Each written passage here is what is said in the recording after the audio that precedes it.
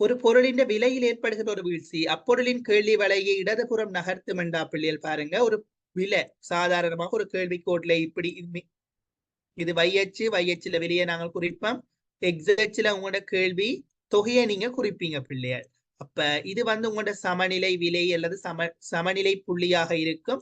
இது சாதாரணமாக உங்களுடைய ஏதோ ஒரு சமநிலை விலையோ அல்லது தொகையாக அமைந்து கொள்ளட்டும். ஆனா இது வந்து சமநிலை விலை என்று சொல்லக்கூடாது என்று சொன்னா எங்க சமநிலை தீர்மானிக்கப்படும் என்று சொன்னால் சாதாரணமாக ஒரு கேள்வி கோடும் ஒரு நிரம்பல் கோடும் ஒன்றையொன்று இடை வெட்டுகின்ற நிலைமையில தான் சமநிலை விலை தீர்மானிக்கப்படும்.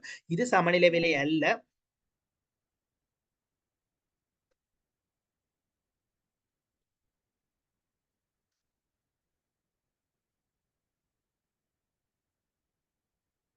சரியா? அப்ப இதுல பாத்தீங்கன்னு சொன்னா குறித்த பண்ட விலையில வந்து ஒரு வீழ்ச்சி ஏற்படுதாம். இப்ப குறித்த பண்ட விலை ஆரம்பத்தில் இருந்ததை விட என்ன செய்ய போகுதுன்னு சொன்னா வீழ்ச்சி அடைய போகுதுன்னு சொன்னா இப்ப சாதாரணமா இந்த இடத்துல இருக்கிற இந்த விலை வீழ்ச்சி அடைதான். அப்ப விலை முன்னரிலும் பார்க்க வீழ்ச்சி அடையுது பிள்ளைகள். அப்ப குறித்த பண்ட விலை ஆரம்பத்தில் இருந்ததை விட வீழ்ச்சி அடைகின்ற போது அப்பொருளின் கேள்வி வலை இடதுபுறம் நகர்த்தும் என கூறுகின்றதா. அப்ப இப்ப விட வீழ்ச்சி அடைதண்டா புள்ளியால் இந்த கோட்டை நீட்டி பாத்தீங்கன்னு சொன்னா தொகை வந்து இங்கிட்டு வந்திருக்கும். சரியா? விலை வீழ்ச்சி அடைது பியில இருந்து பி வண்ணாக விலை வீழ்ச்சி அடையுது. தொகை வந்து அந்த சமயத்தில் என்ன செய்யுதுண்டா விலை வீழ்ச்சி அடைக்க கண்டிப்பாக உங்களுக்கு தெரியும் தொகை வந்து அதிகரிப்பதாகத்தான் பிள்ளைகள் இருக்கும். சரியா? அதான் எங்கட கேள்வி விதி. அப்ப முதலாவது விட சரியோ இல்லையோன்றதை பார்ப்போம். ஒரு பொருளின் விலையில் ஏற்படுகின்ற ஒரு வீழ்ச்சி அப்பொருளின் கேள்வி வலையை இடதுபுறமாக நகர்த்தும். அப்ப விலையில் ஏற்படுகின்ற ஒரு வீழ்ச்சி ஒரு நாளும் கேள்வி வலைய வந்து இடதுபுறமாக நகர்த்தாது. பாருங்க பிள்ளைகள், இங்க எங்கேயாவது வலைய வந்து நாங்கள் இப்படி நகர்த்துற மாதிரி அல்லது இப்படி நகர்த்துற மாதிரி தெரியுதா? இல்லத்தானே? படிவா பாருங்க. கேள்வி வலை வந்து இந்த படத்துல வந்து நகர இல்லை. கேள்வி கோடு சாதாரணமாக இருந்த கேள்வி கோட்டின் வழியே தான் பிள்ளை அந்த நகர்வு நடக்குது. சாதாரணமாக ஆல்ரெடி இருந்த அந்த கேள்விக்கோடு ஏற்கனவே இதுல இருந்த கேள்விக்கோட்டின் வழியே இதுல இருந்த விலை வந்து பிள்ளைகள் இப்ப இங்க நகருது. சரியா? அப்ப இந்த விலை வந்து பியில இது பீவண்ணாக குறையேற்கல கேள்விக்கோட்டின் வழியே தான் நகர்வு நடக்குது. நான் நினைக்கிறேன் நீங்க படிச்சிருப்பீங்க கேள்வி நீட்டம் கேள்வி ஒடுக்கம். அதாவது கேள்விக்கோட்டின் வழியே ரெண்டு வகையான நகர்வு நடக்கும். ஒன்று கேள்வி நீட்டம், மற்றது கேள்வி ஒடுக்கம். அப்ப இது ரெண்டையும் சொல்லி போட்டு அங்கால படிச்சிருப்பீங்க பிள்ளை கேள்வி அதிகரிப்பு கேள்வி குறைவென்று சொல்லு. அதிகரிப்புண்டா என்ன குறைவெண்டா என்ன. இப்ப இதெல்லாம் உங்களுக்கு வரைவிலக்கணம் கொஞ்சம் தெரிஞ்சிருக்கணும் பிள்ளையர். சரியா? அப்ப நான் பகுதி 2 அதாவது அடுத்த வார கிளாஸ்ல வந்து நாங்க முழுமையாக 2ஆம் பாடத்தையும் 3ஆம் பாடத்தையும் உள்ள ரிவிஷன் ஒன்று நான் செய்வோம் என்று யோசிக்கிறேன். அந்த அடிப்படையில அங்க உங்களுக்கு தேவையான நோட்ஸையும் நான் தருவேன். அதே சமயம் அவை சம்பந்தமான விளக்கங்களையும் தருவேன். இன்றைக்கு நாங்கள் அந்த பேப்பர் வைஸ்ல போறபடி நாங்கள் நிறைய மினக்கட்டு கொண்டிருக்கலாது. அந்த அடிப்படையில் எவ்வாறு விடிய நாங்கள் கண்டுபிடிக்கலாம் என்றதை பார்த்து அதை யோசிச்சு கொண்டு போவோம் பிள்ளை. சரியா? ஓகே. அப்ப விளங்கிட்டுதான் உங்களுக்கு நான் நினைக்கிறேன். கேள்வி ஒரு பொருளின் விலையில் ஏற்படுகின்ற வீழ்ச்சி ஒரு நாளும் கேள்வி வலைய நகர்த்தாது பிள்ளைகள். ஒரு பொருளின் விலையிலே ஒரு வீழ்ச்சி ஏற்பட்டு அது கேள்வி வலைய நகர்த்துமா?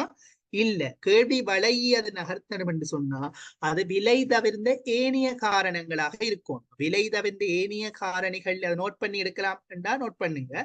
விலை தவிர்ந்த ஏனைய காரணிகளில் ஒரு மாற்றம் ஏற்பட்டா மட்டும்தான் பிள்ளைகள் என்ன நடக்கும்? கேள்வி வலையை நகரும்.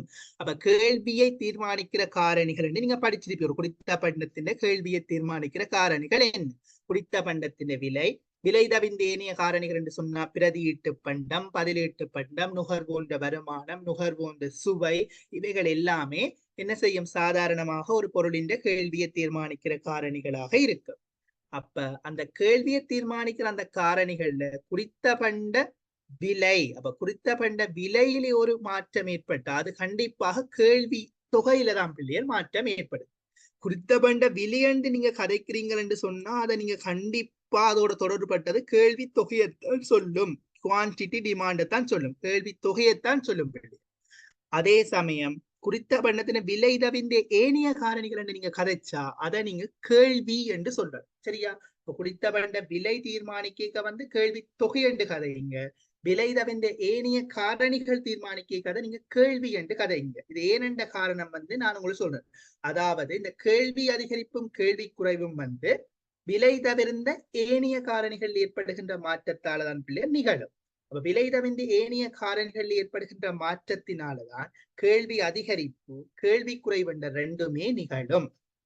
அப்ப குறித்தவண்ட விலையில் ஏற்படுகின்ற ஒரு மாற்றத்தால கேள்வி தொகைதான் மாறும். ஒரு நாளும் கேள்வியில் எந்த விதமான மாற்றங்களும் இடம்பெறாது. சரியா? இப்ப முதலாவது விடைய பாத்தீங்கன்னா என்ன சொல்லுது? சாரி, ஒரு பொருண்ட விலையில் ஏற்படுகின்ற வீழ்ச்சி அப்பொருளின் கேள்வி வலையை ஒரு காலமுமே இடதுபுறமாக நகர்த்தாது. ஒரு காலமும் என்ன செய்யாத பிள்ளையால் இடதுபுறமாக நகர்த்தாது. சாதாரணமாக கேள்வி விதி என்ன சொல்லுது? குறித்த பண்ட விலைக்கும் கேள்வி தொகைக்கும் இடையில எதிரானதொரு தொடர்பு இருக்கின்றதுங்கிற கேள்வி விதி. ஆனா இந்த விடையில என்ன சொல்லி கிடக்கண்டா, ஒரு பொருண்ட விலையில் ஏற்படுகின்ற ஒரு வீழ்ச்சி அப்பொருளின் கேள்வி வலையை இடதுபுறமாக நகர்த்தும் என்று சொல்லி இருக்குது. அது ஒரு காலமுமே நகர்த்தாது. ஒரு விலையில் ஒரு வீழ்ச்சி ஏற்பட்டால் அது கண்டிப்பாக கேள்வி கோட்டின் வழியேதான் ஒரு நகர்வை காட்டும். கேள்வி வளைய இப்படி இருக்கிற கேள்வி வளைய இடதுபுறமாக இங்கால நகர்த்தாது. சரியா? அப்ப அந்த விட முதலாவது விடையை நாங்கள் அறவே பிழை என்றதை நாங்கள் நிராகரிச்சு கொள்ளுவோம். அப்ப 5 விடையுமே நீங்க பார்க்கணும். நாங்க இப்ப இவ்வளவு மினக்கட்டு டைம் ஒன்று எடுத்து சொல்றேன்னு சொன்னா சில விஷயங்களை நீங்க நோட் பண்ணி கொள்ளணும்ன்றதுக்காண்டி. மற்றபடி நான் இப்ப இந்த முதலாவது கேள்வி சொன்னா வேகமா சொல்லிக்கொண்டு போகிறேன் பிள்ளைகள். விடைய மட்டும் சொல்லிக்கொண்டு போறது அழகில்லை. எல்லா விடையும் நான் பார்ப்போம். 2வது விடைய பாருங்க பிள்ளைகள். ஏனைய காரணிகள் மாறாத நிலையில் ஒரு பொருளின் விலை அதிகரிக்கின்ற போது அதன் கேள்வி தொகை குறையும் என கூறுது. அப்ப இந்த விட சரி மாறி கிடக்கு. எனக்கு முதல் பார்த்த விட பிள்ளை, இந்த விட சரி மாறி என்ன சொன்னா பிள்ளைகள், எங்களோட கேள்வி விதி சொல்லுது குறித்த பண்டத்தின் கேள்வி தொகையில செல்வாக்கு செலுத்துகின்ற விலை தவிர்ந்த ஏனைய காரணிகள் மாறாத நிலையில் குறித்த பண்ட விலைக்கும் கேள்வி தொகைக்கும் என்ன தொடர்பு இருக்கும் பிள்ளைகள்? எதிரானதொரு தொடர்பு இருக்கும். இப்ப எதிரான தொடர்பு ஒன்றில் விலை அதிகரித்தால் கண்டிப்பாக கேள்வி தொகை குறையும். அப்ப அதைத்தான் இதுல சொல்லி கிடக்கு பாருங்க. ஏனைய காரணிகள் மாறாத நிலையில் ஒரு பொருளின் விலை அதிகரிக்கும் போது அதன் கேள்வி தொகை கண்டிப்பாக குறையும் என கூறுகின்றது. இந்த விட ஓரளவு சரி. அது கண்ணங்க ஏனைய விடைகளையும் பார்ப்போம். ஏனைய காரணிகள் மாறாத நிலையில் பொருளின் விலை அதிகரிக்கும் போது அதன் கேள்வி தொகை அதிகரிக்குமா? அப்ப விலை அதிகரிக்க போ அது கேள்வி தொகை அதிகரிக்குமா பிள்ளைகள்? சொல்லுங்க. அப்ப விலை அதிகரிக்க கேள்வி தொகை அதிகரிக்குமா? பிளீஸ் ஆன்சர் பண்ணுங்க. கொஞ்சம் நீங்க கதைச்சீங்கன்னா கிளாஸ் இன்ட்ரெஸ்டா இருக்கும் பிள்ளைகள். இல்லைன்னு சொன்னா கொஞ்சம் இன்ட்ரெஸ்ட் இல்லாம இருக்கும். கதைங்க பிள்ளைகள். 002 ஹேண்ட் யூ கொஞ்சம் பேசுங்களேன்.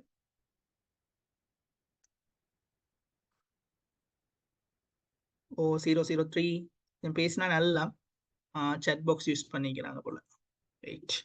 No no sir, no sir. Okay okay. அப்ப ஒரு பொருளின் விலை அதிகரிக்க கேள்வி தொகை அதிகரிக்குமெண்டா பிள்ளைகள், அதை என்ன பண்டம் சொல்லுங்க. அப்ப விலை அதிகரிக்கல கேள்வி தொகை அதிகரிக்குது, இது என்ன பண்டம்? அதையும் கையோட கேட்டுட்டு போவோம். என்ன பண்டம் சொல்லுங்க, ஆன்சர் பண்ணுங்க. இது வந்து நீங்களும் என்னோட இணைந்து படிச்சீங்கன்னா பிள்ளைகள் நல்லா நாங்க ஒரு நிலைக்கு வந்து கொள்ளேலும். தெரிஞ்ச ஆன்சர் பண்ணுங்க, தெரியாட்டியும் பரவாயில்ல, தெரியாதுன்னு போடுங்க, கேஸ் இல்ல. 3 பேர் இருக்கீங்க, அழகா படிப்போம். எஸ், புறநட கேள்வி உள்ள பண்டம், ஆகவே கிவன் பண்டம். Very good. எஸ்.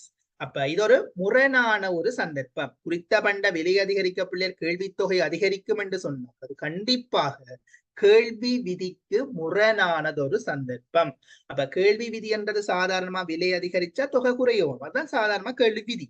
ஆனா அது வந்து முரணான சந்தர்ப்பம். இப்ப விலை அதிகரிக்க கேள்வி தொகை கூடும் என்று சொன்னா அது கிவன் பண்டம், கிவன் கூட்ஸ் என்று சொல்லி நாங்க பார்ப்போம். சரியா? இப்ப இந்த கேள்விக்கு வந்து நாங்க மேலதிகமா நான் கூட நிறைய விஷயத்தை அலசி ஆராயில எஸ் கிவன் பண்ணமெண்டா என்னன்னு தெரியுதுன்னு பார்த்தா ஓகே. அதாவது விலை அதிகரிக்க கேள்வி தொகை கூடும்ன்றது எங்கட கேள்வி விதிக்கு முரணான ஒரு சந்தர்ப்பம். இந்த சந்தர்ப்பத்தினை நீங்க பாத்தீங்கன்னு சொன்னா பிள்ளைகள் உதாரணம் வந்து கிவன் பண்டம் தான். இந்த பண்டத்துக்கு உதாரணம் கிவன் பண்டம். சரியா? ஓகே. நாங்க இது தொடர்பான மேலதிக விளக்கத்தை அடுத்த கிளாஸ்ல கொஞ்சம் பார்த்துக்கொள்ளையிலும். அடுத்த கிளாஸ் ஃபுல்லாவே உங்களுக்கு கேள்வி நிரம்பல் தொடர்பானதாக மாத்திரம் அமைந்து கொள்ளும். சரி, அடுத்தபடியா பாருங்க பிள்ளைகள். எஸ், அப்ப இந்த விட சரி, இது பிள்ளை. ஒரு பொருளின் விலை வீழ்ச்சி அப்பொருளின் கேள்வி விலையை வலதுபுறம் நகர்த்தும் என கூறுகிறது. அப்ப இதை சொல்லுங்க. அப்ப விலை என்று சொன்னால் அது கேள்வியா கேள்வி தொகையா பிள்ளைகள்? என்னன்னு சொல்லணும்? விலை தீர்மானிச்சால் அது கேள்வியா கேள்வி தொகையா? கொஞ்சம் ரிப்ளை பண்ணுங்க. அட்மிட். எஸ், விலை தீர்மானிச்சால் அது பிள்ளைகள் கேள்வியா கேள்வி தொகையா? கொஞ்சம் சொல்லுங்களேன் பாப்போம் பிள்ளைகள். எஸ், கேள்வித்தொகை. விலை தீர்மானித்தால் கேள்வித்தொகை. அதன் போது வளையி நகருமா வளையில் உள்ள புள்ளி நகருமா? அதை கொஞ்சம் சொல்லுங்க. வளையி நகருமா வளையில் உள்ள புள்ளி நகருமா? இப்ப சொல்லிட்டேன் நான், ஆல்ரெடி உங்களை சொல்லிக்கிறேன். புள்ளி நகரும், வளையில் உள்ள புள்ளி நகரும். எஸ். அப்ப பாருங்க பிள்ளைகள், விலை தீர்மானிச்சா கண்டிப்பாக அது கேள்வி தொகையாக இருக்கும். விலை தவிர்ந்த ஏனைய காரணிகள் தீர்மானித்தால் அது கேள்வி என்று சொல்லுவார்கள். ஓகே. அப்ப விலை தீர்மானிச்சு கேள்வி தொகையில ஒரு நகர்வு ஏற்படுமாக இருந்தால் அது கண்டிப்பாக சாதாரணமாக இருக்கிற ஒரு கேள்வி கோட்டின் வழியே இருக்கிற புள்ளி, இதுல இருக்கிற புள்ளி மேல் நோக்கி நகர்வடையலாம் அல்லது கீழ் நோக்கி நகர்வடையலாம். இதுதான் கேள்வி விதியின் போது சொல்லப்பட்ட விஷயம். அந்த விலைக்கும் தொகைக்கும் இடையில் ஒரு எதிரான தொடர்பு இருக்கும் என்று சொன்னா கண்டிப்பாக ஒன்றில் கேள்வி வலையின் வழியே புள்ளி மேல் நோக்கி நகர்வடையலாம் அல்லது கீழ் நோக்கி நகர்வடையலாம். விலை தவிர்ந்த ஏனைய காரணிகள் தீர்மானிக்கல கண்டிப்பா கேள்வி கோடு வந்து ஒன்றில் வலதுபுறம் நகரலாம் அல்லது இடதுபுறம் நகரலாம். இப்ப சாதாரணமா சொல்லுங்க, பதிலீட்டு பண்டம் ஒன்றின் விலை அதிகரித்தால் கேள்வி வலையில் என்ன நடக்கும் பிள்ளைகள் சொல்லுங்க பாப்போம்.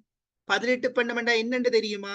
ஒரு பொருளுக்கு பதிலாக நாங்கள் பயன்படுத்துகின்ற பண்டம். இதுக்கு மறுபெயர் பிள்ளைகள் பிரதியீட்டு பண்டம், பதிலீட்டு பண்டம் அல்லது சொல்லுவார்கள் பிரதியீட்டு பண்டம். சரியா? ஒரு பொருளுக்கு பதிலாக நாங்கள் பயன்படுத்துகின்ற பொருள். உதாரணம் சொன்னோம் என்றால் என்ன சொல்லலாம்? ரீஜாயின் ஆகுதில்ல. Why is that?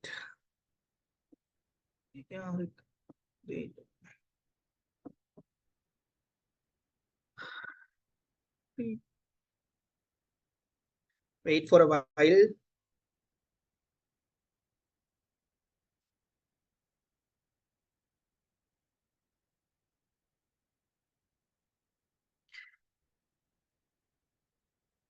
சரியா? பதிலீட்டு பண்டம் என்றா பிள்ளை உதாரணம் பாத்தீங்கன்னா என்ன சொல்லலாம்? சீனிக்கு பதிலாக நாங்க சர்க்கரையை பயன்பட, ஒரு பொருளுக்கு பதிலாக நாங்கள் பயன்படுத்தக்கூடிய இன்னொரு பொருள். சரியா? ஒரு பொருளுக்கு பதிலாக நாங்கள் பயன்படுத்தக்கூடிய இன்னும் ஒரு பொருள். அப்ப சீனிக்கு பதிலாக நீங்கள் சர்க்கரையை பயன்படுத்துறீங்கன்னா அது ஒரு பதிலீடு, இதுக்கு பதிலாக இது. அதே சமயம் இணைப்பு பண்டம் என்றா என்ன? ஒன்றோட சேர்ந்து நகர்ச்சி அடைகின்ற இன்னொரு பண்டம். உதாரணமாக நீங்க பாத்தீங்கன்னு சொன்னா ஒன்றோட சேர்ந்து நகர்ச்சி அடைகிற இன்னொரு பண்டம் என்றா டயரோட சேர்ந்து எது நகர்வடையும்? டியூப் நகர்வடையும். அப்ப அது ரெண்டும் இணைப்பு பண்டம். இணைப்பு பண்டத்துக்கு மறுபெயரை நோட் பண்ணுங்க பிள்ளைய, நிரப்பி பண்டம் அல்ல நிரப்பு பண்டம். ஏனென்று சொன்னா பரீட்சைகள்ல அநேகம் வந்த கேள்விகள் திரும்ப வரும், ஆனால் மறுபெயர்களை மாத்தி தருவாங்க. கண்டிப்பா நீங்க பாஸ் பேப்பரை நீங்க பாக்குறதுன்னு நோக்கம் வந்த கேள்விகள். இப்ப இந்த 2020 பார்த்தோம்னு சொன்னா இதுல வந்த கேள்விகள் இனி ஒரு சந்தர்ப்பத்துல வரைக்க சொல்லணும். நீங்க சார் 2020 பாஸ் பேப்பர்ல இந்த கேள்வி வந்தது, நாங்க ஆல்ரெடி பார்த்திக்கிறோம் என்று சொல்லணும். அப்ப பதிலீட்டு பண்டம் என்று கேட்கலாம், பிரதியீட்டு பண்டம் என்று கேட்கலாம், இணைப்பு பண்டம் என்று கேட்கலாம், நிரப்பு பண்டம் என்று கேட்கலாம். இணைப்பு பண்டம் நிரப்பு பண்டம் ரெண்டும் உண்டு. பதிலீட்டு பண்டம் பிரதியீட்டு பண்டம் ரெண்டுமே உண்டு. அவர் முக்கியமான விஷயங்கள் சொல்லியிருக்கேன். கேள்வி விதி என்றா என்ன, கேள்வி விதியை தீர்மானிக்கிற காரணிகள் என்ன, வருமான விளைவு, பதிலீட்டு விளைவு, ஒரு குறித்த பண்டத்தின விலை தீர்மானித்தால் அது கேள்வி தொகை, விலை தவிர்ந்த ஏனைய காரணிகள் தீர்மானித்தது என்று சொன்னார் கேள்வி. கேள்வி தொகை மாற்றம், கேள்வி மாற்றம் என்ற ரெண்டு மாற்றங்கள் இருக்குது. குறித்த பண்ட விலையிலே ஒரு அதிகரிப்பு ஏற்பட கேள்வி தொகை வந்து குறைவடையும் என்று சொன்ன வந்து நாங்கள் கேள்வி ஒடுக்கம் என்று சொல்லுவோம். குறித்த பண்ட விலை அதிகரிக்க கேள்வி தொகை வந்து குறைவடையுது. அதே சமயம் குறித்த பண்ட விலை குறைவடைய கேள்வி தொகை அதிகரிக்குமாக இருந்தால் அது கேள்வி நீட்டம் என்று சொல்லுவோம். கேள்வி நீட்டத்தின் போது புள்ளிகள் என்ன நடக்கும்? புள்ளி கீழ் நோக்கி நகருமா மேல் நோக்கி நகருமா? அதை கொஞ்சம் சொல்லுங்க. Yes, answer please answer. அதாவது கேட்ட கேள்வி என்னடா பிள்ளைகள், கேள்வி நீட்டத்தின் போது கேள்வி கோட்டின் வழியே புள்ளி கீழ் நோக்கி நகருமா மேல் நோக்கி நகரும்? அதை சொல்லுங்க பாப்போம். கீழே மேலேயான்னு சொல்லுங்க. இப்ப இதுதானே கேள்வி கோடு, இதுதான் உங்களோட சாதாரணமான டிமாண்ட் என்று சொல்லப்படுற கேள்வி கோடு. இந்த கேள்வி கோட்டின் மேல் நோக்கி நகருமா பிள்ளைகள் கீழ் நோக்கி நகருமா? அதுதான் நான் கேட்டது. குறித்த பண்ட விலையிலே ஒரு அதிகரிப்பு ஏற்பட்டு அதற்கான கேள்வி தொகை குறைவடைகின்ற ஒரு சந்தர்ப்பம் வந்து கேள்வி ஒடுக்கம். கேள்வி நீட்டம் என்றா விலை குறைவடைய கேள்வி தொகை அதிகரிக்கும். அந்த சந்தர்ப்பத்தின் போது கேள்வி நீட்டம், அந்த சந்தர்ப்பத்தின் போது புள்ளி கீழ் நோக்கி நகருமா மேல் நோக்கி நகருமா? இதான் உங்கள்கிட்ட வந்த கேள்வி. சொல்லுங்க பாபா. கதைக்கிறது விளங்குதா பிள்ளையார்? கொஞ்சம் விளங்காட்டி சொல்லுங்க எனக்கு. வேகமா போனாலும் சொல்லுங்க. டவுட்னா கேளுங்க தயவு செய்து. ஐடியா ஒன்று இருக்குதா? கேள்வி கோட்டின் வழியே கேள்வி நீட்டத்தின் போது புள்ளி கீழ் நோக்கி நகருமா மேல் நோக்கி நகருமா? No idea. சரி, கேள்விக்கோட்டின் வழியே புள்ளி கீழ் நோக்கித்தான் நகர்வடையும். இது வந்து கேள்வி நீட்டம். கீழ் நோக்கி நகர்வடைகிறத கேள்வி நீட்டம் என்றுவோம். மேல் நோக்கி நகர்வடைகிறத கேள்வி ஒடுக்கம் என்று சொல்லுவோம். அப்ப நாங்க அடுத்த கிளாஸ் நீங்க வரைக்கிறோம், நான் உங்களுக்கு முன்னுக்கே கேள்வி நிரம்பல் சமாதானம் முழு நோட்ஸையும் போடுறேன். கொஞ்சம் பார்க்கலாம்னா பார்த்துட்டு வாங்க. 1 வீக்கு முதலே போட்டா நீங்க கொஞ்சம் பார்த்து கொள்ளையிலும் தானே, பார்த்துட்டு வாங்க. அடுத்த கிளாஸ் ஃபுல்லாவே நாங்க கேள்வி நிரம்பலோட முழுமையாக மெனக்கிட போறோம். சரியா? ஓகே.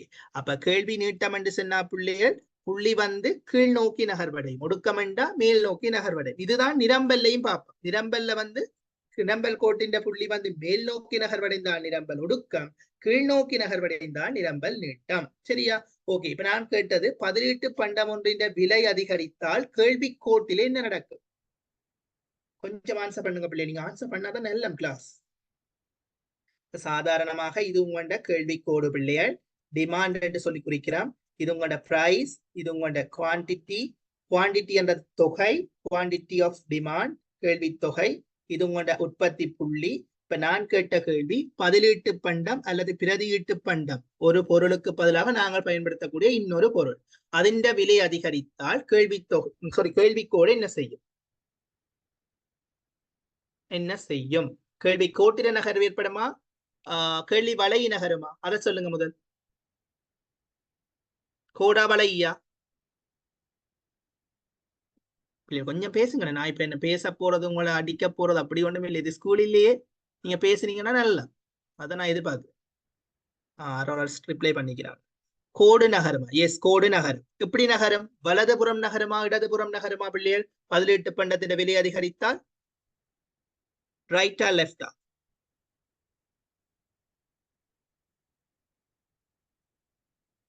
இடப்புறம் நகருமா? வேற ஆன்சர். நான் சொன்னது பதிலீட்டு பண்டத்தின் விலை வந்து அதிகரிக்குது. பதிலீட்டு பண்டத்தின் விலை அதிகரித்தால் என்ன நடக்கும்? Any answers? வேற யாருடைய ஆன்சர் சீக்கிரம் இந்த கொஞ்சம் சொல்லுங்களேன். சொன்னீங்கன்னா நல்ல. யாரோ ஒரு இன்னொரு பையன் போட்டிருக்காரோ வலதுபுறம். என்ன மொராலிக்குதே? அவரும் சொல்லுங்க. அவருடைய ஆன்சர் கொஞ்சம் கேட்பேன்.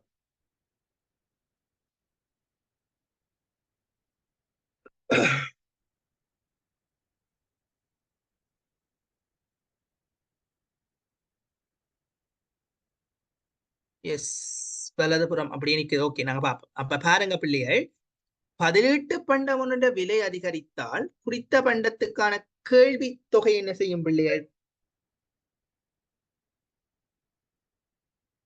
ஆன்சர் வந்திருக்கிறா?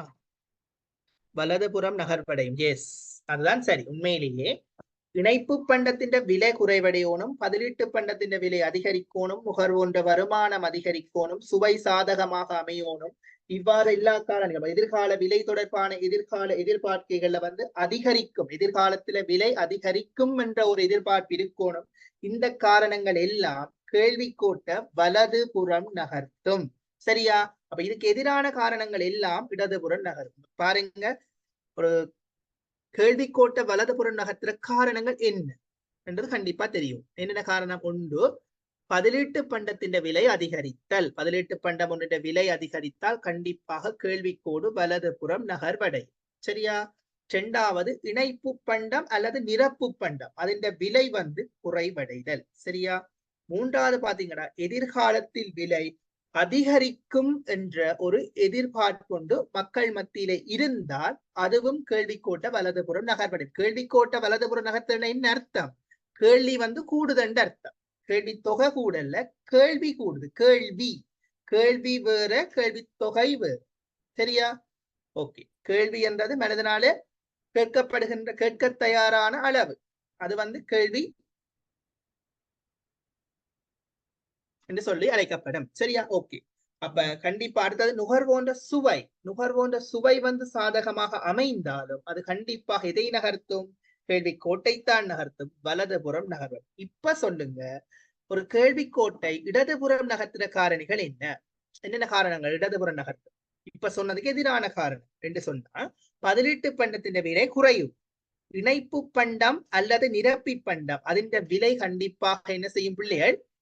அதிகரிக்கும். அப்ப இணைப்பு பண்டத்தின் விலை மட்டும் மாறும், மற்ற எல்லாமே கொஞ்சம் எதிரானதாக இருக்கும். இணைப்பு பண்டம் மட்டும் அதுக்கு சாதாரணமாக சொன்னதுக்கு எதிரானதா இருக்கு. இணைப்பு பண்டத்தின் விலை அதிகரித்தல், பதிலீட்டு பண்டத்தின் விலை குறைவடைதல், அதை தாண்டி நீங்க பாத்தீங்கன்னா நுகர்வோன்ற வருமானம் குறைவடைதல், சுவை பாதகமானது ஒரு நிலைமையை காட்டுதல், எதிர்காலத்தில் விலை குறையும் என்ற ஒரு எதிர்பார்ப்பை இருத்தல். இவ்வளவும் இருந்தால் கேள்விக்கோடு கண்டிப்பாக இந்த பக்கம் நகரும், இடதுபுறம் நகரும். கேட்ட கேள்விக்கு விட வந்தது பதிலீட்டு பண்டம் ஒன்றின் விலை கூடினால் குறித்த பண்டத்திற்கான கேள்வி தொகையும் என்ன செய்யும், அதிகரிக்கும். ஏன்னா சாதாரணமா சொல்லணும் பிள்ளைகள், குறித்த பண்டத்தின் விலை தவிர்ந்த ஏனைய காரணிகள் பாக்குறீங்க. பதிலீட்டு பண்டம் ஒன்றின் விலை கூடைக்குள்ள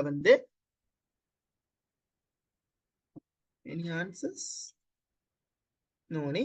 ஓகே, அப்ப நீங்க பாருங்க, இப்ப சாதாரண இன்றைக்கு நீங்க ஞாபகம், இந்திய கிளாஸ்ல நீங்க ஞாபகம் வச்சுக்க வேண்டிய பிள்ளைகள் இதை மட்டும் ஞாபகம் வச்சிருங்க. பதிலீட்டு பண்டம் ஒன்றுடைய விலை பதிலீட்டு பண்டம் ஒன்றுக்கு விலை கூடைக்குள்ள கண்டிப்பாக நீங்க கேள்வி கோட்டை வலதுபுறம் நகர்வடையும். அதை ஞாபகம் வச்சுக்கொள்ளுங்க. வேற ஒன்றும் என்ன பொறுத்தவரையில உங்களுக்கு ஏற்கனவே படிச்சிருந்தா பிரச்சனை இல்லை. புதுசாக இன்றைக்கு தான் கிளாஸ்ல மைண்ட்ல ஞாபகப்படுத்துறீங்கன்னா இன்றைக்கு தான் மட்டும் ஞாபகப்படுத்துங்க. அடுத்த கிளாஸ்ல நோட்ஸ் ஃபுல்லா தரைகளை உங்களுக்கு கொஞ்சம் கம்ப்ளீட் பண்ணிடுவேன் நினைக்கிறேன். கொஞ்சம் ஞாபகப்படுத்திக் கொள்ள ஈஸியா. ஓகே, அடுத்த கேள்வியை பாருங்க. ஏனைய காரணிகள் மாறாதனில் ஒரு பொருளின் விலை அதிகரிக்கும் போது அதன் கேள்வித்தொகை உயரும் என கூறுகின்றது. அப்ப ஏனைய காரணிகள் மாறாத நிலையில் ஒரு பொருளின் விலை அதிகரிக்கும் போது அதன் கேள்வித்தொகை உயரும் என்ற இந்த விடப்பில்லை இதை வச்சுக்கொண்டு நாங்க சொல்லிட்டோம். இது ஒரு கிபன் பண்ணலாம். அடுத்த சொல்ல ஒரு பொருளின் விலை வீழ்ச்சி அப்பொருளின் கேள்வி விலையை வலதுபுறம் நகர்த்தும் என கூறுகிறது. அந்த விட சரியா பிள்ளையான்னு சொன்னா, ஒரு பொருளின் விலை வீழ்ச்சி அடைந்தா ஒரு நாள் கேள்வி வலையே அங்க கதைக்கவே கூடாது. கேள்வி வலையில எந்த மாற்றமும் நகராது, கேள்வி வலை நகராது, கேள்வி கோட்டின் வழியே தான் நகரும். அது ஒரு கேள்வி தொகை மாற்றம். சரியா? ஆகவே அந்த விடையும் வராது. அஞ்சாவது விடை, ஒரு பொருளின் விலை அதிகரிப்பு அப்பொருளின் கேள்வி வலையை, அந்த வலையி என்ற கருத்து வலதுபுறமோ இடதுபுறமோ தீர்மானிக்கும் என்று சொன்னா அது விலை தவிர்ந்த ஏனைய காரணங்கள். இங்க விலை என்று சொல்லிக்கிறது. ஆகவே அந்த விடையும் வராது. அப்ப கேள்வி விதி என்ன சொல்லுது? ஏனைய காரணிகள் மாறாத நிலையில் ஒரு பொருளின் விலை அதிகரிக்கும் போது அதன் கேள்வி தொகை குறையும். இத கேள்வி கிளியரா? இவ்வளவு நிலைமையில கட்டிக்கிறேன், நிறைய விஷயத்த உங்களை கேட்டிக்கிறேன், அதான் உண்மை. உங்களை நீங்களே என்ன நிலைமையில இருக்கு எனக்கு தெரியாதே, அதற்காக கேட்டேன். எஸ், கேள்வி விதி என்ன மாதிரி பிள்ளை? இந்த கேள்வி ஓகேவா? Yes or no? Please answer me. Yes, அந்த ஒரு பிள்ளை போட்டிருக்கா போல. எஸ், பிள்ளையோ என்ன தெரியாது. ஓகே, ரெண்டாவது கேள்வி பாருங்க. ஒரு பொருளின் கேள்வி தொகை என்பது, ரெண்டாவது கேள்வி என்ன கேட்டுக்கிற பிள்ளைகள்? ஒரு பொருளின் கேள்வி தொகை என்பது என்ன விட வரும் பிள்ளைகள்? கேள்வி கொஞ்சம் சொல்லுங்க. அவன் கேள்வி தொகை என்ன? ஒரு ஆன்சர் பண்ணுங்க. Clear all drawings. எஸ்,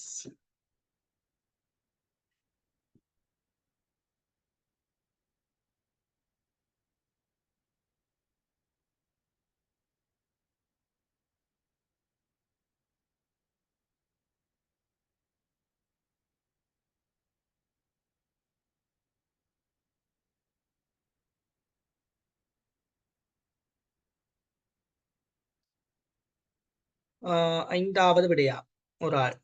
அடுத்தது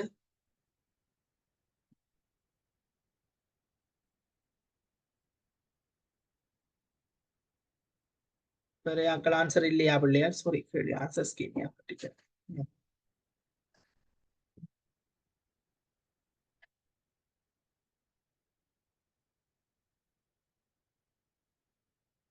ஒரு ஆன்சர்ஸ் நோனே. ஓகே, நான் விளங்கப்படுத்துறேன் பாருங்க. ஒரு பொருளின் கேள்வி தொகைண்டா என்ன? குவான்டிட்டி ஆஃப் டிமாண்டை தான் நம்ம கேட்டுக்கிறார். கேள்வி தொகை QD என்று சொல்லுவோம் இங்கிலீஷ்ல. அதான் நாங்க அந்த குறியீடுகள் போடல QD என்று போடுறது. தனியா கேள்வி என்று சொன்னா குவான்டிட்டி Q என்று போடுவோம். சரியா? சாரி, குவான்டிட்டியில டிமாண்ட் என்று போடுவோம் கேள்வி என்றது. சரியா? ஓகே, ஒரு குறித்த விலையில் நுகர்வோன் அப்பொருளை கொள்வனவு செய்ய திட்டமிடும் தொகையாகும். அதுதானே பிள்ளைகள்? ஒரு குறித்ததொரு விலையில நுகர்வோன் பொருளை கொள்வனவு செய்ய திட்டமிடுகின்ற ஒரு தொகை ஆகும். இதுதானே உங்களுடைய என்னது கேள்வி தொகை. அடுத்தபடியே பாருங்க பிள்ளைகள், அப்பொருளின் விலை மற்றும் நுகர்வோரின் வருமான மட்டம் என்பனவற்றில் சுயாது. இதுக்கும் அந்த விடைக்கும் சம்பந்தமே இல்லாம போட்டிருக்கிறார். மூன்றாவது விடைய பாருங்க பிள்ளை, நுகர்வோனின் கொள்வனவு திட்டத்தில் இருந்தான சுயாதீனமான தீர்மானம் சுயாதீனமானதாகும். இதுக்கும் அந்த கேள்விக்கும் சம்பந்தம் இல்லை. எப்போதும் சமநிலை தொகைக்கு சமனான கேட்ட கேள்வி என்ன, ஒரு பொருளின் கேள்வி தொகை என்பது எப்பொழுதும் சமநிலை தொகைக்கு சமனாகும். அது இல்லை. வெவ்வேறு விலைகளை நுகர்வோன் கொள்வனவு செய்ய விரும்பும் தொகையாகும். வெவ்வேறு விலைகள்ல நுகர்வோன் கேட்கிற அந்த தொகையாகும். அப்ப என்ன விட வரும் பிள்ளைகள், குறித்ததொரு விலையில நுகர்வோன் அப்பொருளை கொள்வனவு செய்யறதுக்கு திட்டமிடுகின்ற தொகைதான் மிகச் சரியான விட பிள்ளைகள். வெவ்வேறு விலைகளை நுகர்வோன் கேட்க தயாரான அளவு கேள்வி, சரியா? அது கேள்வி தொகை அல்ல. வெவ்வேறு விலைகள்ல நுகர்வோன் கேட்க தயாரான அல்லது கொள்வனவு செய்ய தயாரான அளவு கேள்வி என்றுதான் நடக்கப்படும். அது கேள்வி தொகை அல்ல, சரியா? கேள்வி தொகை என்றது ஒரு குறித்ததொரு விலையில் நுகர்வோன் அப்பொருளை கொள்வனவு செய்ய திட்டமிடுகின்ற தொகையாகும். திட்டமிடுகின்ற ஒரு தொகையாகும். அப்ப ரெண்டுக்கும் வித்தியாசம் தெரியணும் பிள்ளையால். முதலாவது விடை என்ன சொல்லுது, அஞ்சாவது விடை. அஞ்சாவது போட்ட பிள்ளைக்கோ தம்பிக்கு விளக்கத்தை முதல் சொல்லுவோம். என்னன்னு சொன்னா, அவைக்குத்தான் இந்த டவுட் ஒன்று இருக்குது. என்னண்டா, இந்த இந்த மற்ற மூன்றும் நீங்க இலகுவாக நிராகரிக்கலாம் வராதுன்னு சொல்லி இந்த அஞ்சாவதையும் முதலாவதையும் தான் பிள்ளை நீங்க பாருங்க. முதலாவது சொல்லி கிடக்கு, ஒரு குறித்த விலையில் நுகர்வோன் அப்பொருளை கொள்வனவு செய்ய திட்டமிடுகின்ற தொகை. அப்ப மறக்க கூடாது, கொள்வனவு செய்ய தயாராகின்ற தொகை கேள்வி தொகை. வெவ்வேறு விலைகள்ல நுகர்வோன் கொள்வனவு செய்ய விரும்புகின்ற தொகை என்றது அது கேட்க தயாரான அளவு. கேள்வியைத்தான் பிள்ளைகள் அது குறிக்கும். கேள்வி வேற, கேள்வி தொகை வேற. அப்ப இதுல இருந்து ஒரு ஐடியா ஒன்று வந்திருக்கும். கேள்வி தொகை என்றா என்ன, கேள்வி என்றா என்ன, சரியா? கிளியரா? அல்லது ஏதாவது சொல்லணுமா, கேட்கணுமா? கேட்கிறேன்னா கேட்கலும். அடுத்த கேள்வி போகலாம். 001 இஸ் இட் கிளியர்? சாரி, மன்னிக்கவும். கிளியரா பிள்ளைகள்? இது விளங்கிச்சுதா? கேள்வி என்றா என்ன, கேள்வி தொகை என்றா என்னன்றதை ஞாபகப்படுத்தி வச்சிருங்க பிள்ளைகள்.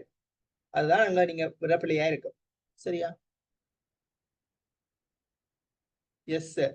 அப்ப சொல்லுங்கம்மா, பயன்படு கேள்வி என்ன படிச்சிருப்பீங்க. என்ன பயன்படு கேள்வி என்று அதையும் கையோட கேட்டுட்டு போவோம். அந்த விஷயத்துல கேட்டு போவோம். பயன்படு கேள்வி என்றா என்ன? அதோட விரைவிலக்கணம் தான். மிச்சத்தை யோசிக்கிற ஒரு விடயம் ஒன்று இல்ல. என்ன பயன்படு கேள்வி என்றா என்ன? இப்ப ஒரு பொருளொன்றினை கொள்வனவு செய்வதற்கான ஒரு விருப்பம் இல்ல, விருப்பம் ஒன்று இருந்தா தானே நீங்க பிள்ளை அந்த பொருளை போய் கொள்வனவு செய்வீங்க. அப்ப பொருளொன்றை கொள்வனவு செய்வதற்கான விருப்பம், கொள்வனவுக்கான ஒரு சக்தி. கொள்வனவு சக்தி என்றது கண்டிப்பாக அவசியம். யாரோ ஒரு ஆன்சர் பண்ணிக்கிறார்களோ? டி. எதுக்கம்மா டி?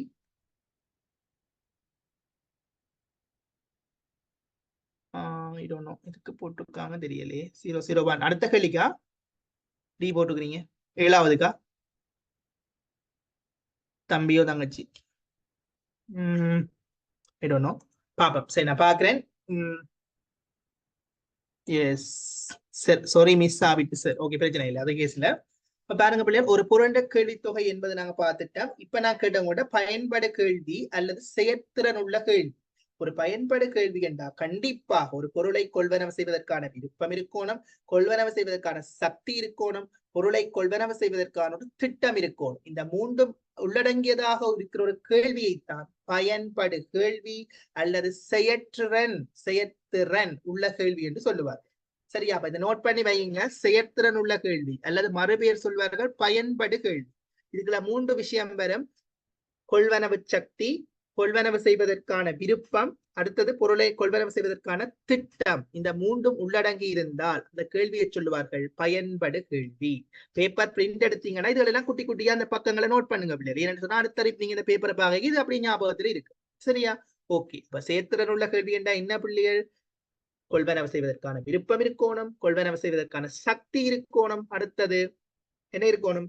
பொருளை கொள்வனவு ஒரு பிளான் ஒன்று கண்டிப்பா இருக்கும். ஒரு பிளான் இருந்தா தானே இருந்தால் போய் ஒரு பொருளை கொள்வனவு செய்யும். இப்ப நான் என்ன எடுத்தேன்டா, எனக்கு உதாரணமாக ஒரு கார் ஒன்றை கொள்வனவு செய்வதற்கு எனக்கு ஒரு விருப்பம் ஒன்று முதலாவது இருக்கும். விருப்பம் ஒன்று இருந்தா தானே அதன் பிறகு நான் பார்த்தேன் விருப்பங்கள் மனித வாழ்க்கையோட ஒப்படைக்க விருப்பங்களை பார்த்தீங்கன்னு சொன்னா அது வரையறுக்கப்பட்ட வளங்களோட ஒப்படைக்கல விருப்பங்கள் உயர்வானதாக இருக்கும். ஆனா அந்த வளங்கள் பற்றாக்குறையாக இருக்கும். இதனாலதான் அருமை என்று ஒன்று இருக்குன்னு நாங்க முதலாம் பாடத்துக்கு படிச்சு கிளியர் பண்ணிக்கிறோம். அந்த அடிப்படையில இப்ப நான் சொல்ல வரேன்னு சொன்னா, ஒரு இந்த விடயங்களை கேள்வி என்றது ஒன்று எங்களோட மனசுல இழைக்கல கண்டிப்பாக ஒரு பொருள் சார்ந்து எங்களுக்கு விருப்பம் இருக்கும். அடுத்த இந்த கொள்வனவு செய்வதற்கான சக்தி இருக்கும். உங்கள்ட்ட அந்த பவர் இருக்கும். பவர் என்ன? கடவுள்கிட்ட போய் வாங்கிட்டு வர்றது இல்ல, அந்த காசு அந்த குறித்த இப்ப ஒரு அதுக்கு செலுத்த வேண்டிய சன்மானம் வந்து உங்கள்கிட்ட இருக்கும் என்று சொன்னா நீங்க அந்த கொள்வனவு செய்வதற்கான சக்தி உங்கள்கிட்ட இருக்கு. கொள்வனவு திட்டம் சும்மா எடுத்த வாக்கில போய் ஒரு பொருளை வாங்கலாது.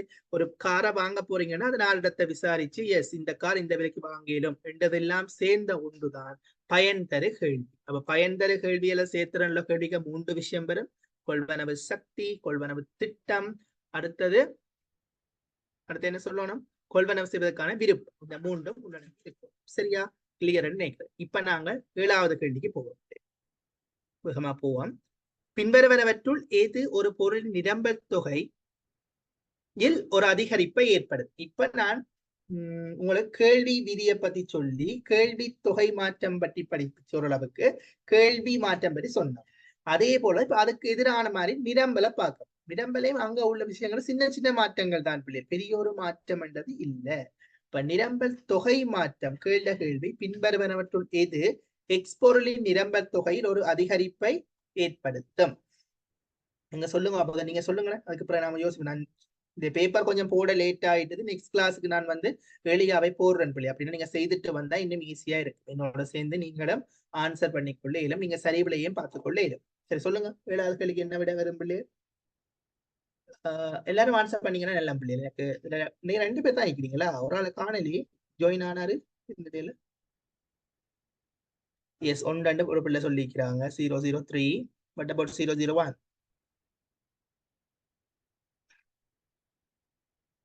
001 என்ன மாதிரி பிள்ளை? எஸ். அப்ப பாருங்க பிள்ளைகள், என்ன கேள்விகள் நடக்குது? பின்வருவனவற்றுள் எது எக்ஸ் பொருளின் நிரம்பல் தொகையில் ஒரு அதிகரிப்பை ஏற்படுத்துமா? ஏனைய காரணிகள் மாறாத நிலையில் எக்ஸ் பொருளின் விலையில் ஏற்படுகின்ற ஒரு அதிகரிப்பு. அப்ப இங்கேயும் நிரம்பல் தொகை என்று கதைக்கிறீங்கள் என்று சொன்னா அடுத்து குறித்த பண்ட விலைதான் மாற்றத்தை செய்யும். குறித்த பண்ட விலை தவிர்ந்த ஏனைய காரணிகள் என்றா அது நிரம்பல். சரியா? நிரம்பல் வேற, நிரம்பல் தொகை வேறு. கேள்வி வேற, கேள்வி தொகை வேறு. அங்க பார்த்து நாங்க குறித்த பண்ட விலை தீர்மானித்தால் கேள்வி தொகை, குறித்த பண்ட விலை தவிர்ந்த ஏனைய காரணிகள் தீர்மானித்தால் அது கேள்வி. இங்கேயும் அதே மாதிரிதான். குறித்த பண்ட விலை தீர்மானித்தால் நிரம்பல் தொகை, விலை தவிர்ந்த ஏனைய காரணிகள் தீர்மானித்தால் அது நிரம்பல். சரியா? இப்ப இந்த தியரி கிளியர் என்றால் கேட்ட கேள்விக்கு விடைய ஈஸியா சொல்லலாம். பின்வருவனவற்றுள் எது எக்ஸ் பொருளின் நிரம்பல் தொகையில் ஒரு அதிகரிப்பை ஏற்படுத்தும்? நிரம்பல் தொகை என்று வந்தோடனே மைண்டில வந்துடணும் இது ஏனைய காரணிகள் அல்ல, குறித்த பண்ட விலையாக மாத்திரம்தான் அமையும். சரியா? இது ஞாபகம் என்ன கேள்விக்கு விட சொல்லலாம். பாப்ப முதலாவது விடை. ஏனைய காரணிகள் மாறாதலில் எக்ஸ் பொருளின் விலையில் ஏற்படுகின்ற அதிகரிப்போ, எக்ஸ் பொருளின் விலையிலே ஒரு அதிகரிப்பு ஏற்பட்டால் கண்டிப்பாக நிரம்பல் தொகை என்ன செய்யும் பிள்ளைகள்? அதுவும் அதிகரிக்கும். எக்ஸ் பொருளுக்கான விலையை பற்றி தான் நாங்க பேசுறோம். எக்ஸ் பொருளை பத்தி தானே பேசுறோம். எக்ஸ் என்ற பொருளின் விலையிலே ஒரு அதிகரிப்பு ஏற்பட்டால் நிரம்பல் தொகையில கண்டிப்பா அதிகரிப்பு ஏற்படும் என்பது என்ன? நிரம்பல் விதி. குறித்த பண்டத்தின் விலை தவிர்ந்த ஏனைய காரணிகள் மாறாத நிலையில் குறித்த பண்டத்தின் விலையில் ஓர் அதிகரிப்பு ஏற்பட்டால் அது சார்பாக நிரம்பல் தொகையிலும் ஓர் அதிகரிப்பு ஏற்படுதல் நிரம்பல் விதி. சரியா? அப்ப இந்த நிரம்பல் விதி என்றா என்னன்னு தெரியணும். விலைக்கும் நிரம்பல் தொகைக்கும் இடையில ஒரு பிளஸ் என்ன தொடர்பு இருக்கும்? நோட் பண்ணுங்க, தெரியாட்டி நோட் பண்ணுங்க, அதுல பிரச்சனை இல்லை. விலைக்கும் நிரம்பல் தொகைக்கும் இடையில நேரானதொரு தொடர்பு அதுக்கு ஏற்படும். விலை கூடினால் நிரம்பல் தொகை கூடும், விலை குறைஞ்சால் நிரம்பல் தொகை குறையும். கேள்வி விதியில வந்து கண்டிப்பாக அது எதிரானதாக இருக்கும் தொடர்பு. குறித்த பண்ட விலை கூடினால் கேள்வி தொகை குறையும். சரியா? ஓகே. அப்ப இந்த விடையில முதலாவது விட வந்து ஓரளவுக்கு சரி. எக்ஸ்போர்ட் விலையில் ஏற்படுகின்ற ஒரு சாரி எங்க 7வது கேள்வி. ஏனைய காரணிகள் மாறாதலில் எக்ஸ்போர்ட்டின் விலையில் ஏற்படுகின்ற ஓர் அதிகரிப்பு, விலையில் ஒரு அதிகரிப்பு ஏற்பட்டால் கண்டிப்பாக கியூஎஸ், கியூஎஸ் என்ன? குவான்டிட்டி சர்வேரிங் சொல்றீங்க பிள்ளையர். குவான்டிட்டி சர்வேரிங் சொல்றதுல குவான்டிட்டி ஆஃப் சப்ளை, அதாவது நிரம்பல் தொகை. அதாவது நீங்கள் இங்கிலீஷ் தேவையில்லை, நான் சும்மா ஒரு இதா சொன்னேன். Quantity of supply. அப்ப குவான்டிட்டி ஆஃப் சப்ளை என்றது நாங்கள் கியூஎஸ் என்று சொல்றோம். அந்த அடிப்படையில குறித்த பண்ட விலை அதிகரித்தால் கண்டிப்பாக கேள்வி தொகை என்ன செய்யும் பிள்ளைகள்? அதிகரிக்கும். அந்த அடிப்படையில நீங்க பாத்தீங்கன்னு சொன்னா என்ன விடையை நீங்க சொல்லிக் கொள்ளலாம்?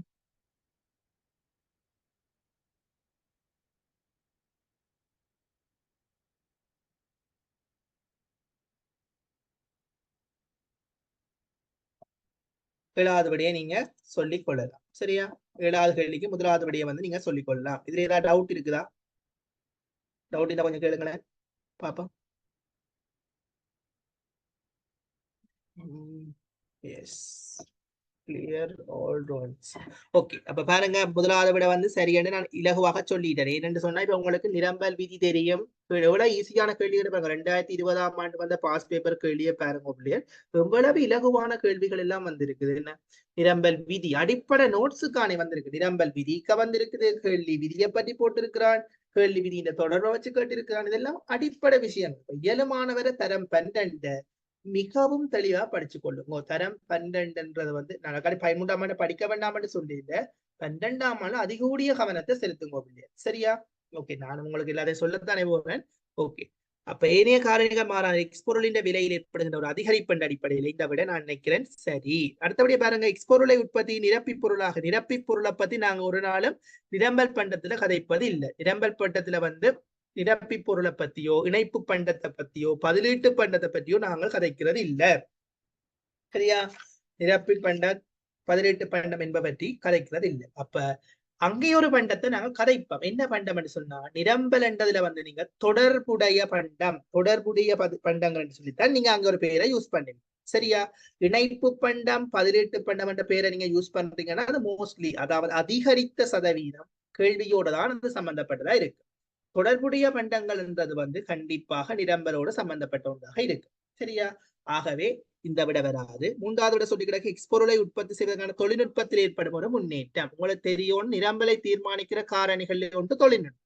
அப்ப தொழில்நுட்பம் என்று வந்தால் அது நிரம்பல் தொகை அல்ல, அது நிரம்பல் மாற்றம். நிரம்பல் தொகை மாற்றம் அல்ல பிள்ளைய, நிரம்பல் மாற்றம். எனவே தொழில்நுட்பம் என்றது வந்து நிரம்பல் தொகையில ஒரு மாற்றத்தை ஏற்படுத்தாது, அது நிரம்பல்ல தான் மாற்றத்தை ஏற்படுத்தும். நிரம்பல் தொகையில மாற்றம் என்றா மறக்கவே கூடாது. விலையில் ஒரு மாற்றம் என்றா தொகை மாறும்.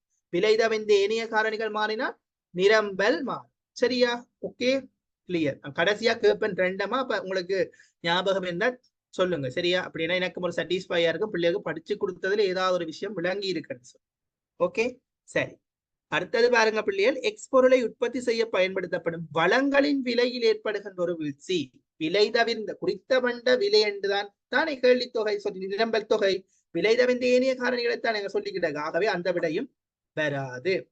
அஞ்சாவது விடைய பாருங்க, எக்ஸ்போர்ட்ல பதிலீடு ஒன்றின் கேள்வி. இதெல்லாம் சம்பந்தமே இல்லாத ஒன்று, உங்களை குழப்பறதுக்காக போட்டிருக்கிற விடைகள் தான் இவை அனைத்து. மிக திருத்தமான விட இந்த கேள்வி இவ்வளவு இன்றைக்கு செய்ததோட சமரி என்று சொன்னா குறித்த பண்ட விலை என்றா தொகை என்று கதை, விலை தவிர்ந்த ஏனைய காரணி என்று சொன்னா நிரம்பல் அல்லது கேள்வி என்று கதை. சரியா? கிளியர் என்றா ஓகே. அடுத்த கேள்வியை நாங்க மூவ் ஆகும். எட்டாவது கேள்வியை பார்ப்போம். எட்டாவது கேள்வி என்ன சொல்லுது என்றால், முதல் நாங்கள் இந்த ஸ்டாப் ஷேர் பண்ணிட்டேன். சாரி.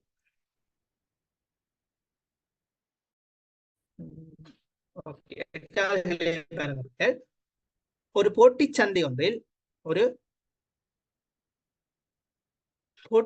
ஒன்றில் கேள்வி நிரம்பல் இரண்டும் அதிகரித்தால் சமநிலை விலை, சமநிலை தொகை என்பனவற்றின் மீது என்னவாக இருக்கும்? நீங்க நாளைக்கு சமநிலை மாற்றங்கள் என்று சொல்லி 12 நாளும் 16 படங்கள் படிச்சிருப்பீங்க. ஐ திங்க் படிச்சிருப்பீங்க. படிக்காட்டியும் ஒரு பிரச்சனையும் இல்லை. படிச்சிருந்தா 16 படங்கள் படிச்சிருங்க. அதாவது சமநிலை மாற்றங்கள் என்று சொல்லி படிச்சிருப்பீங்க. அந்த அடிப்படையில பாருங்க பிள்ளைகள், ஒரு போட்டி சந்தையில் கேள்வி நிரம்பல் இரண்டும் அதிகரித்தார். அப்ப முதலாவது உங்களுக்கு தெரியும் ஒரு போட்டி சந்தை எப்படி இருக்கும். சரியா? சாரி, இந்த வீக் மட்டும் கொஞ்சம் எனக்காக அட்ஜஸ்ட் பண்ணி கொடுங்க பிள்ளைகள். இந்த போர்ட்ல ஒரு சின்ன இஷ்யூ ஒன்று, அடுத்த கிளாஸ் வந்து ஓகே ஆகிடும். அதை நான் அடுத்த கிளாஸ் சரி பண்ணி கொள்றேன். இந்த கிளாஸ் கொஞ்சம் அட்ஜஸ்ட் பண்ணி பாருங்க. இது வந்து சாதாரணமான கேள்வி கோடு. சரியா? இது உங்களோட சாதாரணமான ஒரு இடம்பல் கோடு. இடம்பல் கோடு எப்படி இருக்கும் பிள்ளைகள்? கீழிருந்து மேல இருக்குமா, மேலிருந்து கீழே இருக்குமா? கீழிருந்து மேலாக இருக்கும். இது தெரியுமா நினைக்கிறேன். இது கேள்விக்கோடு இடமிருந்து பலமாக செல்லும் அல்லது மேலிருந்து கீழாக செல்லும். கேள்விக்கோட்டின் இந்த நகர்வுக்கான காரணம் தான் வருமான விளைவு, பதிலீட்டு விளைவு. நாங்க ஒரு சந்தர்ப்பம் அடுத்த கிளாஸ்ல நாங்க முழுமையாக அதை பார்த்துக் கொள்வோம். சரி, இப்ப சாதாரணமான நிலைமை பிள்ளைகள் உங்களை எல்லாருக்கும் தெரியும். இதுதான் ஒரு கேள்விக்கோட்டின் சமநிலை என்று சொல்றது. சமநிலை, ஒரு சந்தையில சமநிலை என்றா என்ன நடக்கும்? நிரம்பலாளனும் இருக்கணும், நுகர்வோனும் இருக்கும். சரியா? அப்ப கேள்வியும் சந்திக்கணும், நிரம்பலும் சந்திக்கிற ஒரு இடத்துலதான் சமநிலை தீர்மானிக்கப்படும். அது சாதாரணமாக சந்தை சமநிலை என்று படிச்சிருப்பீங்க.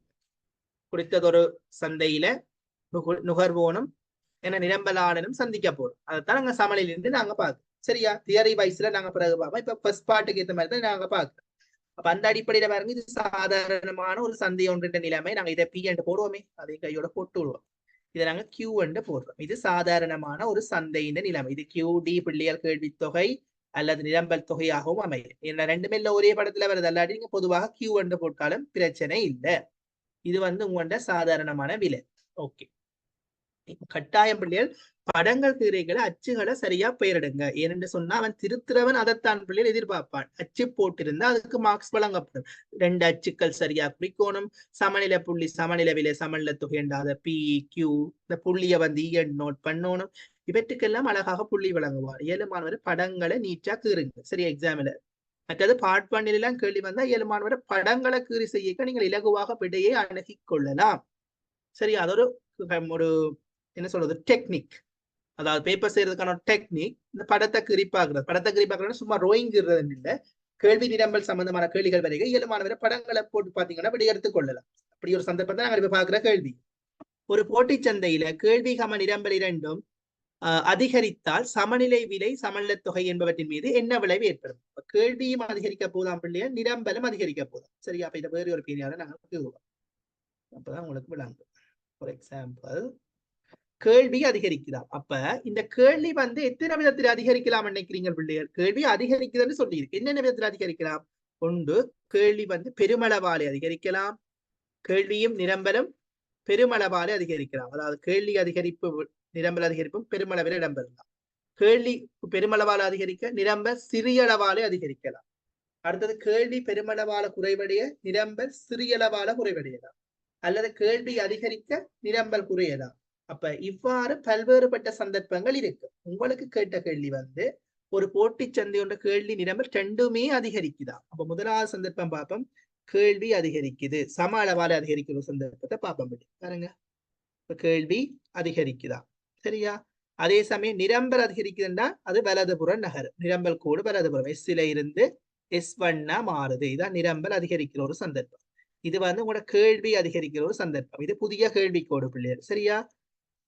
D1 புதிய கேள்விக்கோடு, S1 புதிய நிரம்பல் கோடு. சரியா? அப்ப கேள்வி அதிகரித்தால் கேள்வி கோடு வலதுபுறம் நகரும். நிரம்பல் அதிகரித்தால் நிரம்பல் கோடு வலதுபுறம் நகரும். சரியா? ஓகே. அப்ப இப்ப கேட்ட கேள்வி ரெண்டுமே அதிகரிக்கிற ஒரு சந்தர்ப்பத்துல சமநிலை சமநிலை தொகை என்பவற்றின் மீது ஏற்படுகின்ற விளைவு. சரியா? நம்ம பாருங்க, இப்ப புதிய சமநிலை விலை எங்க இருக்கும்? அதை நாங்க வேறு ஒரு கிரீனால குறிப்போம். கலரால குறிச்சா உங்களுக்கு விளங்க வேண்டி நிற்கிறேன். கிரீனால குறிப்போம். சரி, புதிய சமநிலை விலை எங்க இருக்கும்? சமநிலை விலை தொகை எங்க இருக்கும் என்று பாத்தீங்கன்னு சொன்னா, புதிய சமநிலை கோடும் அதாவது புதிய நிரம்பல் கோடும் புதிய கேள்வி கோடும் சந்திக்கிற இடத்துல தீர்மானிக்கப்படும். சரியா? புதிய கேள்விக்கோடும் புதிய நிரம்பல் கோடும் சந்திக்கிற இடமாக நாங்கள் இதைத்தானே பார்க்கிறோம். ஓகே, இது Q1. கண்டிப்பாக சமநிலை தொகை என்ன செய்ய போகுது? அதிகரிக்க போகுது. சரியா? இது கொண்டே ஆரம்ப கேள்விக்கோட்டுல முட்டினீங்கன்னு சொன்னா இது ஒரு விலை ஒன்று வரும். சரியா? P1 வரும். இப்ப நீங்க பாத்தீங்கன்னு சொன்னா இது ஒரு சாதாரணமான ஒரு படம். அதாவது கேள்வி அதிகரிக்க என்ன நடக்கும் என்று சொன்னா, நிரம்பல் அதிகரிக்கல தனித்தனியாவும் கேட்கலாம் பிள்ளைகள். அல்லது உங்களுக்கு ரெண்டுமே ஒரு படத்துல அதிகரிக்கிற மாதிரி, கேள்வியும் அதிகரிக்குது அதே சமயம் நிரம்பலும் அதிகரிக்கும். இப்படி ஒரு சந்தர்ப்பத்தை நீங்க பாத்தீங்கன்னா சாதாரணமாக கேள்வி தொகை அதாவது தொகை கட்டாயமாக அதிகரிக்கிற ஒரு நிலைமையை தமிழே நீங்க பாக்குறீங்க. தொகை கண்டிப்பாக அதிகரிக்கிற ஒரு நிலைமையை தான் நீங்க பாப்பீங்க. சரியா? சாரி, ஸ்கிரீன்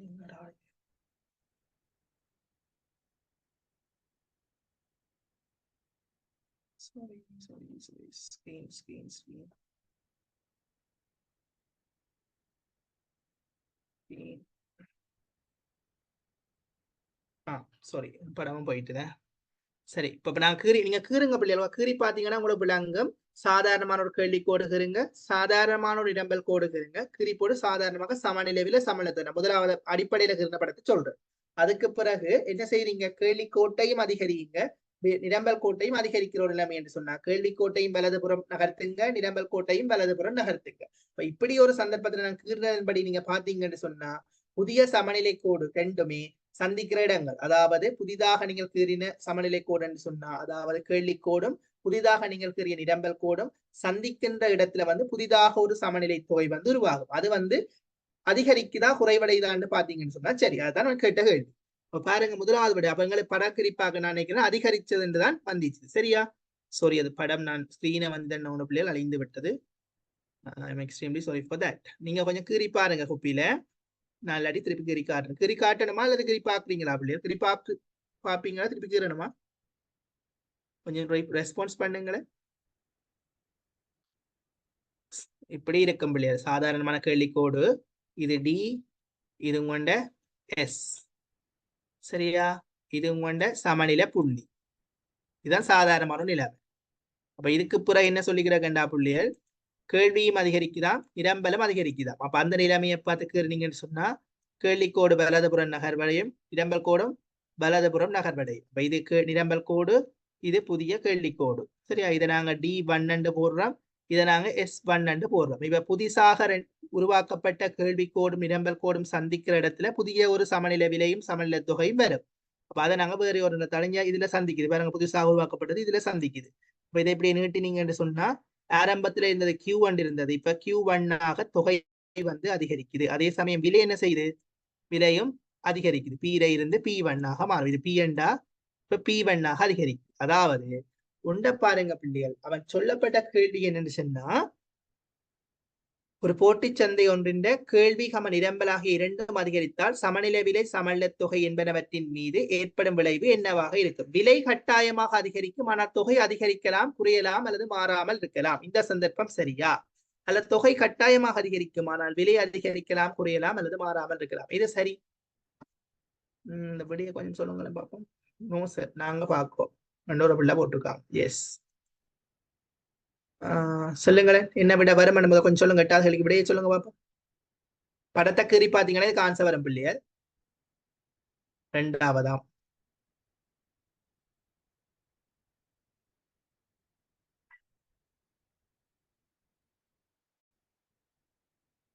வேற answers? No answers.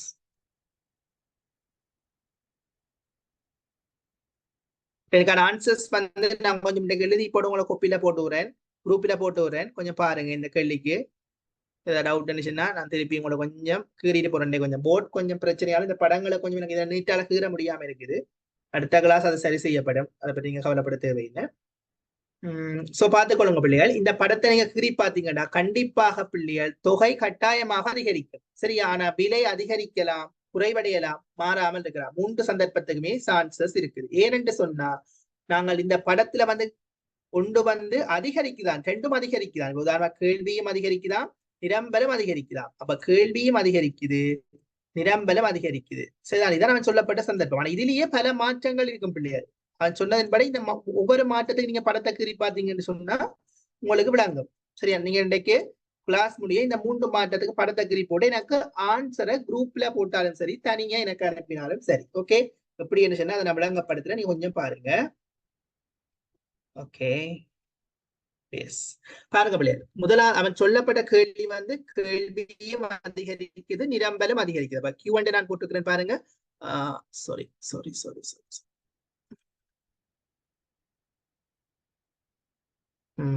DS DS DS D என்றது டிமாண்ட், எஸ் என்றது சப்ளை. டி என்றது கேள்வி, எஸ் என்றது சப்ளை.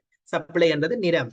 ஓகே, இப்ப அவன் சொல்லப்பட்டது கேள்வி எல்லா கேள்வி அதிகரிக்குதுதான், நிரம்பலும் அதிகரிக்குதுன்னு தான் சொல்லி இருக்கிறான். அது எப்படி அதிகரிக்குதுன்னு அவன் சொல்ல இல்லை. அவன் அப்ப எப்படி அதிகரிக்குதுன்னு சொல்ல இல்லையா? அவன் எல்லா சந்தர்ப்பத்தையும் அந்த விடையிலே அவன் எதிர்பார்க்கிறான். அதுக்கேற்ற மாதிரி தான் நீங்க விட சொல்லணும். அல்ல அவன் குறிப்பிட்டு கேள்வியும் அதிகரிக்குது, நிரம்பலம் அதிகரிக்குது, ஆனா நிரம்பல் அதிகரிப்பை விட கேள்வி அதிகரிப்பு கூடவாக இருக்குது என்று சொல்லி இருந்தா ஒரே ஒரு விட மட்டும்தான் அந்த கேள்விக்கு விடையாக வந்திருக்கு. ஆனா இங்க என்ன சொல்லிக்கிற கண்டிஷன்னா சாதாரணமா சொல்லிக்கலாம், கேள்வி அதிகரிக்குது, நிரம்பலம் அதிகரிக்குது, கேள்வி கோடும் நிரம்பல் கோடும் வலதுபுறம் நகர்வடையுது என்றதை மட்டும்தான் சொல்லிக்கா. அது ஒன்று அதிகரிப்பை விட இன்னொன்று கூடவா அதிகரிக்குதோ, குறைவா அதிகரிக்குதோ, சம அளவில் அதிகரிக்குதோன்னு சொல்ல இல்லை. எனவே நீங்க தேட வேண்டிய விட அல்லது நீங்க காண வேண்டிய விட வந்து மூன்று நிலைக்கும் சாதகமான ஒரு விடையாத்தான் இருக்கும். சொல்றது இது ஒரு சமநிலை மாற்றங்களோடு சம்பந்தப்பட்ட படம். சொல்லப்பட்ட கேள்வி வந்து கேள்வியும் அதிகரிக்குதான், நிரம்பலும் அதிகரிக்குமா. அப்படி அதிகரிக்கிற ஒரு சந்தர்ப்பத்துல விலைக்கும் தொகைக்கும் என்ன நடக்கும் என்றுதான் நான் கேட்ட கேள்வி. விலைக்கும் தொகைக்கும் என்ன நடக்கும். டிமாண்டும் குடி அதிகரிக்கிற விதத்தை விட நிரம்பல் அதிகரிப்பு வீதம் வந்து என்னவா இருக்குது, குறைவா இருக்குது. இதுக்கு ஒரு படத்தை கீறுங்கண்டைக்கு எனக்கு கிரிபோர்டு சென்ட் பண்ணுங்க, சரியா? அதாவது நீங்க எப்படி கீறணும் சொன்னா ரெண்டுமே அதிகரிக்குதான், ஆனா கேள்வி அதிகரிக்கிற வீதத்தை விட நிரம்பல் அதிகரிப்பு வீதம் குறைவா இருக்குது முதலாவது படத்துல. அதுக்கு என்ன மாற்றம் நிகழுதுன்றதை நீங்க சொல்லும், சரியா? ரெண்டாவது பாருங்க பிள்ளைகள், கேள்வியும் அதிகரிக்குது நிரம்பலும் அதிகரிக்குதான், ஆனா நிரம்பல் அதிகரிக்கிற விதம் பெருசா இருக்குதா. இதுக்கு என்ன மாதிரி என்று சொல்றோம். இது ரெண்டாவது படம். உங்களுக்கு ஹோம்ஒர்க் மேல இப்ப செய்யறதுக்கு தந்திருக்கிறேன். மூன்றாவது கிளாஸ் முடிய எனக்கு போடுங்க செய்துட்டு. ரெண்டும் சம அளவில் அதிகரிக்குதா. இப்ப இந்த மூன்று சந்தர்ப்பத்திலையும் எனக்கு நீங்க படத்தை கீறுங்க, கீறி போட்டு அதிന്റെ சந்தர்ப்பங்களுக்குரிய படத்தை கீறி போட்டு எனக்கு அனுப்புங்க. அனுப்பினீங்கன்னு சொன்னா நான் பார்த்து சொல்லுவேன் நீங்க கீறின படம் சரியா. அப்படி கீறி போட்டு என்ன சொல்லணும், விலைக்கும் தொகைக்கும் என்ன மாற்றம் நடக்குதுன்னு ஒவ்வொரு படத்திலையுமே தனித்தனியா குறிப்பிடு, சரியா? நான் சொல்றது விளங்குமா நினைக்கிறேன். யாரு அது கேட்பமே பிள்ளை நான் கதைக்கிறது விளங்குதா? இப்ப என்ன விஷயம் சொல்றேன்னு விளங்குதா? அதாவது எக்ஸாம்ல வந்து அவன் கேட்டிருக்கிற கேள்வி வந்து கேள்வி நிரம்பல் ரெண்டும் அதிகரிக்கிற ஒரு நிலைமையில விலைக்கும் தொகைக்கும் என்ன நடக்கும் என்றுதான் கேட்டவன். அப்ப அப்படி கேட்டா வந்து அவன் எந்த நிலையண்டு ரெண்டையும் அதிகரிக்குதுன்றதை மட்டும்தான் சொல்லி இருக்கிறான். அவன் எது கூட அதிகரிக்குது எது குறை அதிகரிக்கிறது சொல்லவே இல்லை. எது கூட அதிகரிக்குது இது குறை அதிகரிக்கிறது இது வரைக்கும் அவன் ஒன்றுமே சொல்லல. ஆகவே நீங்கள் தேட வேண்டிய விட வந்து மூன்று நிலைமைகளுக்குமே சாதகமான விடைகளை தேடணும். அப்ப மூன்று நிலைமைகளும் இதுதான். கேள்வி அதிகரிக்கும் நிரம்பல் அதிகரிக்கும் என்று சொன்னா ஒன்றில் கேள்வி அதிகரிப்பு கூடவா இருக்கும், நிரம்பல் அதிகரிப்போடு ஒப்படைக்க.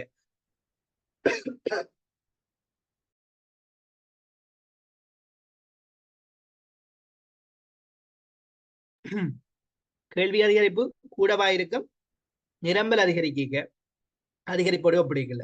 அடுத்த படத்தை பாத்தீங்கன்னு சொன்னா கேள்வியும் அதிகரிக்குது நிரம்பலும் அதிகரிக்குதான், ஆனா நிரம்பல் அதிகரிப்பு வந்து கூடவா இருக்கு. அடுத்தது ரெண்டுமே சம அளவாலே அதிகரிக்குது. இப்ப மூன்று சந்தர்ப்பத்திலையும் விலைக்கும் தொகைக்கும் என்ன நடக்கிறதுன்றதை நீங்க எனக்கு படத்தக்கறி போட்டு சென்ட் பண்ணுங்க, நான் சரிவிட பார்த்து சொல்லுவேன். ஓகே தானே? ஓகே இதான் இப்ப உங்களுக்கு தந்த வீட்டு வேல எஸ் போட்டுக்கிறாங்க. 001 என்ன மாதிரி விளங்கிச்சுதான் சொன்ன விஷயம். விளங்காட்டி பரவாயில்ல செய்து போடுங்க, நான் விளங்கப்படுத்தி விடுவேன். வாய்ஸ் ரெக்கார்ட்ல ஆன்சர் போடுவேன். One direct message no.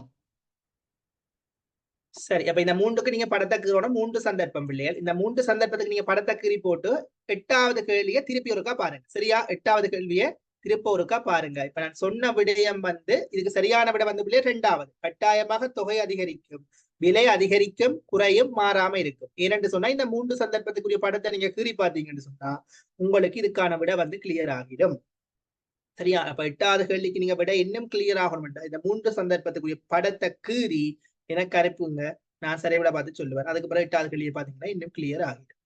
Okay சரி, அடுத்த கேள்வியை நாங்க போவோம். Yes sir, yes sir, okay thank you. நாங்க அடுத்த கேள்வி போவோம். சாரி இன்னைக்கு கொஞ்சம் எனக்கு அந்த sorry some sort of fever, என்ன ஃபீவர்னு சொல்ல விட ஒரு இருமல் மாதிரி கொஞ்சம் குரல் விளங்காம இருக்கும். அப்படின்னா கொஞ்சம் சாரி ஃபார் தட். கொஞ்சம் அட்ஜஸ்ட் பண்ணி கொள்ளுங்க இந்த கிளாஸுக்கு. Okay stop. எஸ், அடுத்த கேள்வியை பாருங்க பிள்ளைகள். என்ன சொல்லிக்கிறதா 9வது கேள்வி, சரியா? ஒரு குறிப்பிட்ட நுகர்வு பொருளின் கேள்வி தொழிற்பாடு QD = 500/5p. அப்ப கேள்வி தொழிற்பாடு என்பது கேள்வி சார். கேள்வி தொழிற்பாடு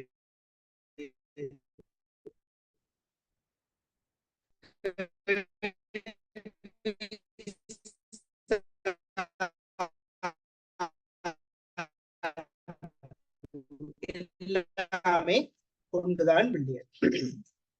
இந்த கேள்வி கொஞ்சம் விடியடுங்க பிள்ளைகள், கணக்கு தானே, கொஞ்சம் விடியடுங்க. அதுக்கு நான் செய்து காட்டுறேன் உங்களுக்கு. என்ன பிள்ளைகள் செய்து பாத்தீங்களா? கேள்வி தொழிற்பாடு தந்திருக்கின்றார். ரெண்டா கேள்வி தொழிற்பாட்டுக்கு மறுபெயர் நோட் பண்ணி வைங்க. கேள்வி சார்பு. சரியா? கேள்வி தொழிற்பாடு, கேள்வி சார்பு எல்லாமே உண்டு.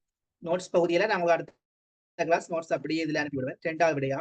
எஸ், 2வது விட சரி. மத்த ஆளுக்கு என்ன வந்துச்சு? பிள்ளையாண்டாலும் பரவாயில்ல, சரியாண்டாலும் பரவாயில்ல, சொல்லுங்க.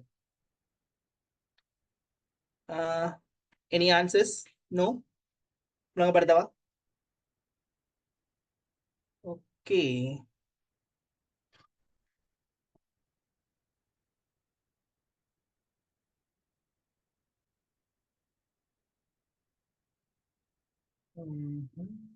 QD சமன்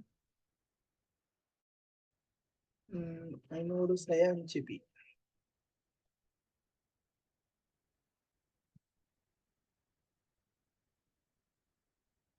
இருபதுக்கும் 30க்கும் நிலை கட்டுக்கிறாங்க. ஓகே, பாருங்க பிள்ளைகள், அவனோட கேள்வி சார்பு ஒன்று தந்திருக்கிறார் பிள்ளைகள். கேள்வி சார்பு, கேள்வி சார்புன்றது கேள்வி சமன்பாட்டு சொல்றது. சரியா? இப்ப நோட்ஸ் எல்லாம் எழுதிருப்பீங்க. கேள்வி சார்பு ரெண்டா என்ன குறித்த பண்ணத்தின் கேள்வி சமன்பாட்டத்தை நாங்க கேள்வி சார்புன்னு சொல்றோம். சரியா? இப்ப நான் கணக்கை மட்டும் தான் பாக்குறோம் பாட்டுடைய. அப்ப பாருங்க படம். ஓகே, QD சமன் 500 saya 5B.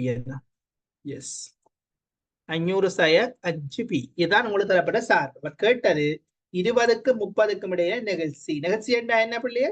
சாரா மாறி ஒன்றில் ஏற்படுகின்ற மாற்றத்தினால் சார்ந்த மாறியில் ஏற்படுகின்ற மாற்றத்தை வீதாசார அடிப்படையில மதிப்பீடு செய்யும். சாரா மாறி ஒன்றில் ஏற்படுகின்ற மாற்றம், விலை ஒரு சாரா மாறி, தொகை ஒரு சார்ந்த மாறி. அப்ப சாரா மாறி ஒன்றில் ஏற்படுகின்ற மாற்றத்தினால் சார்ந்த மாறியில் ஏற்படுகின்ற மாற்றத்தை வீதாசார அடிப்படையில் மதிப்பீடு செய்வது நிகழ்ச்சி எனப்படும். இந்த நிகழ்ச்சி கேள்வி நிகழ்ச்சி. அதுல விலைசார் கேள்வி நிகழ்ச்சி படிச்சிருப்பீங்கள், வருமானம் சார் கேள்வி நிகழ்ச்சி படிச்சிருப்பீங்கள், அதே நேரம் குறுக்கு கேள்வி நிகழ்ச்சி படிச்சிருப்பீங்க, நிரம்பல், அதை விட நிரம்பல் நிகழ்ச்சி படிச்சிருப்பீங்க. இந்த 4 நிகழ்ச்சிகளும் படிச்சிருப்பீங்கன்னு நம்புறேன். சரியா? ஓகே. இப்ப இதை சொல்லுங்க பிள்ளைகள், 500 விளக்கம் என்ன? அதை கையோட கேட்டுட்டு போ, கிளியர் பண்ணிட்டு போ. 500 என்ன? 500 என்ன? 500 என்ன? இந்த கேள்வி சமன்பாடுல பிள்ளைகள், இதான் கேள்வி சமன்பாடு உங்களுக்கு தந்திருக்கிறார். இதுல 500 என்ன பிள்ளைகள்? என்ன 500? கொஞ்சம் ஆன்சர் பண்ணுங்களேன். 500 விலை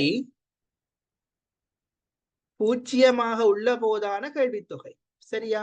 விலை பூஜ்ஜியமாக உள்ள போதான கேள்வித்தொகை எப்பவும் ஆகக்கூடிய கேள்வி. எஸ், விலை பூஜ்ஜியமாக உள்ள போதான கேள்வித்தொகை. இதை சொல்வார்கள் ஆகக்கூடிய கேள்வித்தொகை.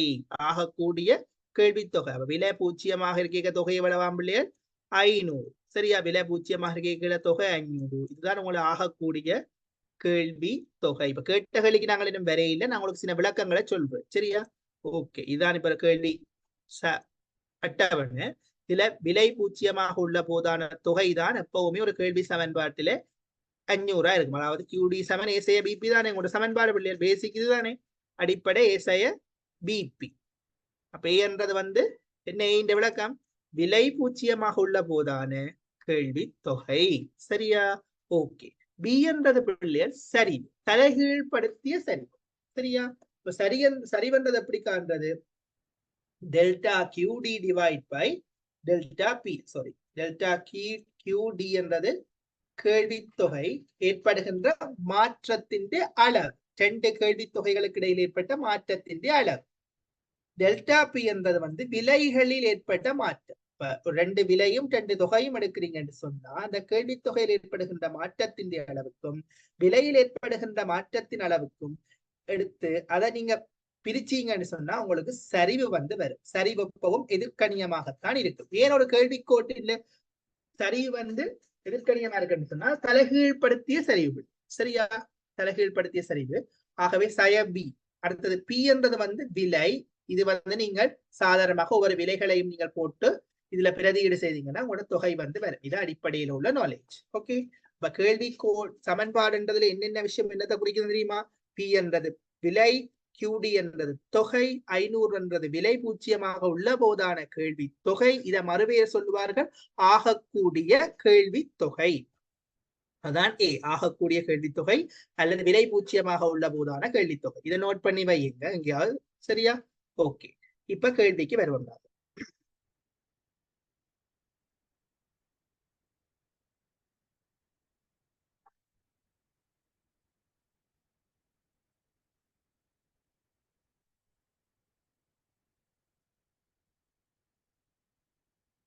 ஓகே.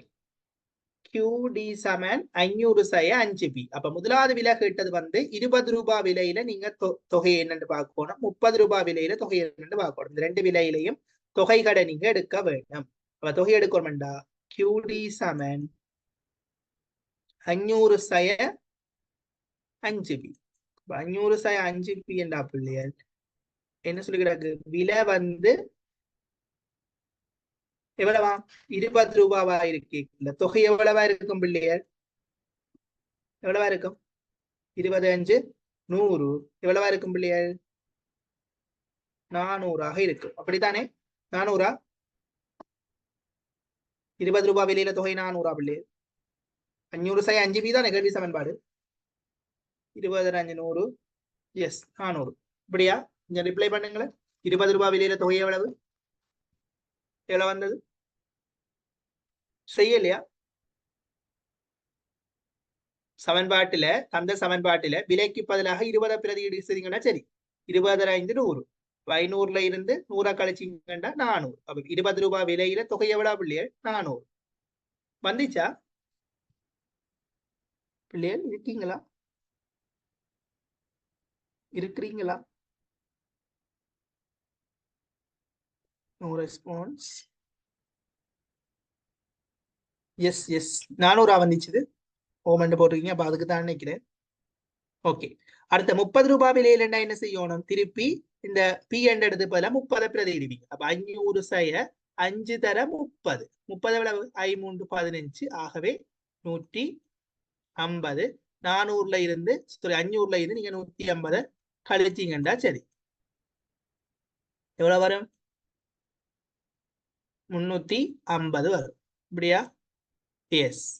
அப்ப எல்லாருக்கும் இந்த விலையும் எவ்வளவு ஈஸியான கேள்வி. இது பாஸ் பேப்பர் கேள்வி. இப்ப நாங்க சும்மா கேள்வி ஒன்றும் செய்யல, பாஸ் பேப்பர்ல உள்ள கேள்வியை செய்யணும். அதுக்கு எவ்வளவு ஈஸியான கேள்வி. அப்ப 20,000 கேட்க 400, 30,000 கேட்க 350. இப்ப கேட்டது என்ன? நிகழ்ச்சியைத்தான் அவன் கேட்டான். நிகழ்ச்சிகளை நாங்க 3 சமன்பாடுல பதிப்பீடு செய்யலாம். முதல்ல சொல்லுவோம். இதை கொஞ்சம் நோட் பண்ணி வைங்க பிள்ளைகள். அழிக்கிறேன் நான். நீங்க கண்டிருக்கிறீங்கன்னு நம்புறேன். 20க்கு 400, 30க்கு 350. ஓகே. கேட்ட கேள்வி வந்து நெகட்சி. நெகட்சி கேள்வி நெகட்சி காண்றதுக்கு 3 சமன்பாடு இருக்கு பிள்ளை. ஒன்று டெல்டா QD பெர்சன்டேஜ் சதவீதத்தின் கீழ் டெல்டா P சதவீதம். இது ஒரு சமன்பாடு. சரியா? அதாவது கேள்வித்தொகை மாற்ற வீதத்தை விலை மாற்ற வீதத்தால பிரிச்சீங்களா உங்களுக்கு நெகழ்ச்சி வரும். சரியா? கேள்வித்தொகை மாற்ற வீதத்தை விலை மாற்ற வீதத்தால நீங்க பிரிச்சீங்க என்றாலும் உங்களுக்கு நெகழ்ச்சி தான் வரும். சரியா? அப்ப இந்த கேள்வியில வந்து உங்களுக்கு தரப்பட்ட விலை எவ்வளவு? பியும் கியூவும் தந்திருக்கிறாங்க. கண்டுபிடிச்சிட்டீங்க நீங்க. பி வந்து 20,000 கேட்கல உங்களுக்கு 400. அடுத்து வந்து 30,000 கேட்கல வந்து பிள்ளைகள் 350. சரியா? ஆகவே கேள்வித்தொகை மாற்ற வீதத்தின் கீழ் விலை மாற்ற வீதம் நெகழ்ச்சி. நெகழ்ச்சியா 3 சமன்பாடுல மதிப்பீடு செய்ய நான் உங்களுக்கு 3லையுமே மதிப்பீடு செய்து காட்டு. சரியா? ஒரு கேள்வி அப்படி செய்து விட்டா இனி வரப்போற கேள்விகளுக்கு நீங்க இலகுவாக படியடிச்சு கொள்ளலாம். அந்த அடிப்படையில விளங்கினாலும் சரி விளங்காட்டியும் சரி பாருங்க. ஓகே. ஓகே. அப்ப பாருங்க பிள்ளைகள், விலை தொகையை கண்டுபிடிச்சிட்டீங்க. ஏற்கனவே நீங்கள் கண்டுபிடிச்ச அடிப்படையில கேள்வித்தொகை மாற்ற வீதத்தை முதன்னாக பார்ப்போம். சரியா? பாருங்க, கேள்வித்தொகை மாற்ற வீதம் என்றது 400ல இருந்து எவ்வளவு குறையுது? 50 வந்து குறையுது. ஆகவே எவ்வளவு? -50. எவ்வளவு மாற்றம் ஏற்பட்டிருக்குது? 400ல இருந்து 350 குறையுதுண்டா -50 மாற்றம். எனவே எங்களுக்கு 100% எவ்வளவுன்னு பார்ப்போம். பிரிச்சு விட்டீங்கன்னா உங்களுக்கு ஒரு விட வரும். எவ்வளவு வரும்?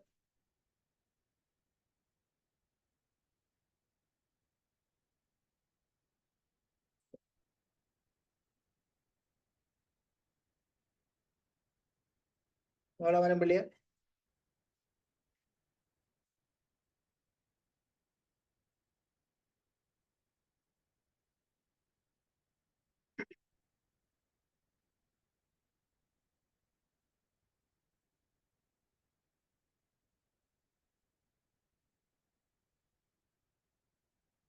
12.5 வருது இல்லையா? பாப்போம் சரியா வருது ஒரு பிளவிட்ட மாதிரியா கொஞ்சம் பாருங்க.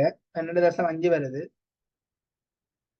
விலை மாற்ற வீதம் வந்து 20ல இருந்து 30 மாறுது. 20ல 30 20ல இருந்து எவ்வளவு கூடுது? 10 கூடுது. அப்ப 20 ரூபாயில இருந்து 10 கூடுதுன்னு சொன்னா 100% மேலளவு. இதுல ஒரு சைவர், இதுல ஒரு சைவர், 510 100 ரெண்டாயிரம் பிரிச்சிங்கன்னா 50 வரும். 50%. இந்த தொகை மாற்ற வீதம் வந்து விலை மாற்று வீதம் வந்து 50%. இப்ப என்ன விட வரும் பிள்ளைகள் பிரிச்சிங்கண்டா 12.5 50 2.5 வருது. அப்ப இது ஒரு பிள்ளை விட்டு இருக்கு. என்ன பிள்ளை? விட்டமினிட் பிள்ளைகள் கேள்வித்தொகை மாற்ற வீதம் சரியா? 400ல இருந்து 350.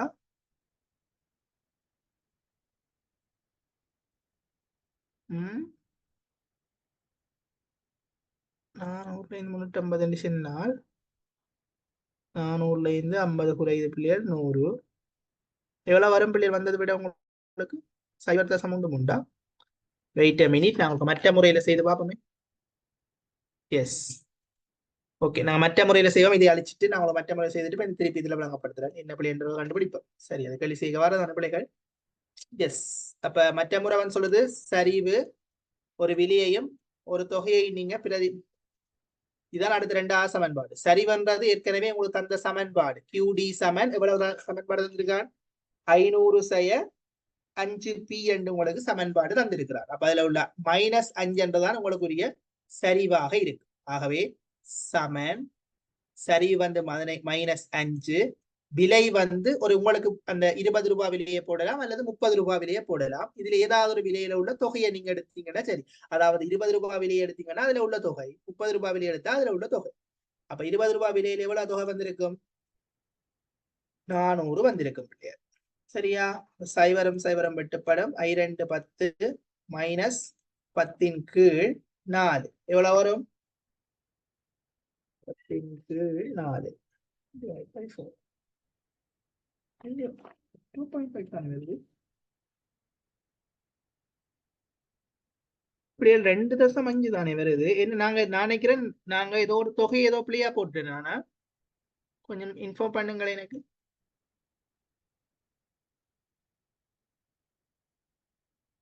ஹலோ.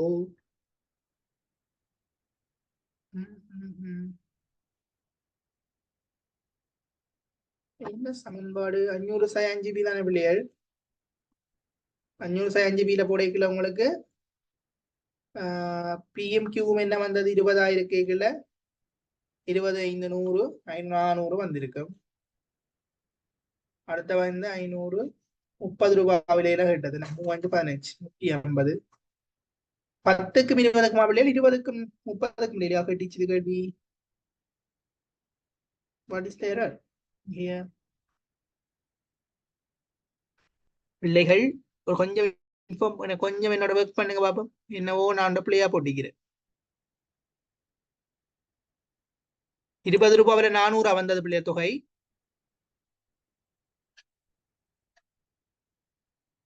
அந்த கேள்வி ஸ்கிரீனை வந்து அடிக்கடிச்சு ஆன் பண்ணி பார்க்கல. நானே பார்க்க.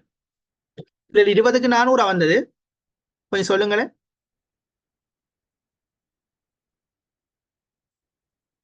No students, why silent?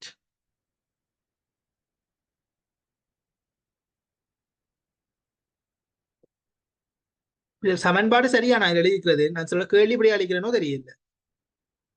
கொஞ்சம் பாருங்களேன்.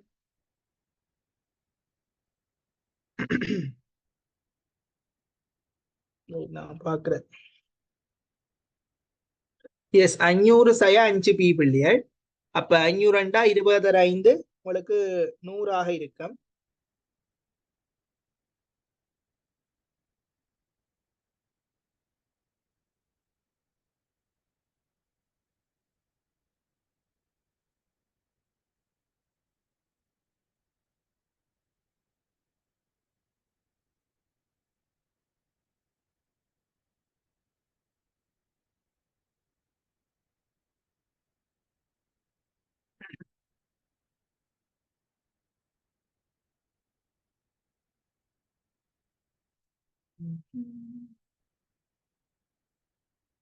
ஓகே, பி கியூ அப்ப 500 சாய் 5 பிஎண்டா பிள்ளைகள் எவ்வளவு வரும்? 20 பஞ்சம் 100. ஆகவே உங்களுக்கு வரப்போற விட வந்து 20 ரூபாய் விலையில தொகை வந்து 500, 20, 500, 400 இருக்கும். இது சரியா பிள்ளைகள்? 20 ரூபாய் 400 வந்தது. அதை கொஞ்சம் மோமெண்டா இல்லைன்னு சொல்லுங்களேன். ஹலோ, இருக்கீங்களா பிள்ளைகள்? Okay, thank you. அடுத்தது 30 ரூபாய் விலையிலையா கேட்டது? எஸ், 30 ரூபாய் விலையில. 30 ரூபாய் விலையில என்ன இருக்குது? 350. ஓகே, அதுவும் பிரதியீடு செய்து பார்த்து நாங்கள் தானே 350. எனவே சரிவு வந்த எவ்வளவு உங்களுக்கு? -5. இப்ப நிகழ்ச்சியை காணுவோம். P டிவைட் பை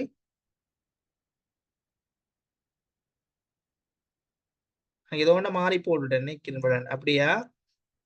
சரி, சரி வந்து உங்களுக்கு எவ்வளவு வந்திருக்கும் பிள்ளைகள்? 5. அதாவது -5 பெருக்கல் அடையாளம். P என்றது வந்து ஒரு விலையும் ஒரு தொகையும். இப்ப 20 ரூபாய் விலையில தொகை எவ்வளவு வந்து பிள்ளைகள்? 400 இருக்கும். 20 ரூபாய் விலையில தொகை 400. ஓகே, 20 5 பெருக்கினீங்கண்டா -100.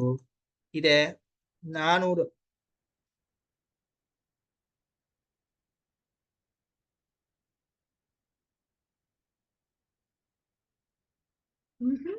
என்ன பிள்ளை?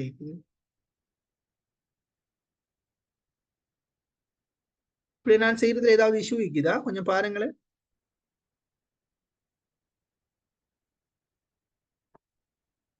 ஹலோ, கேக்குறீங்களா? என்ன ஒண்ணு மாதிரி செய்யணும். What happened?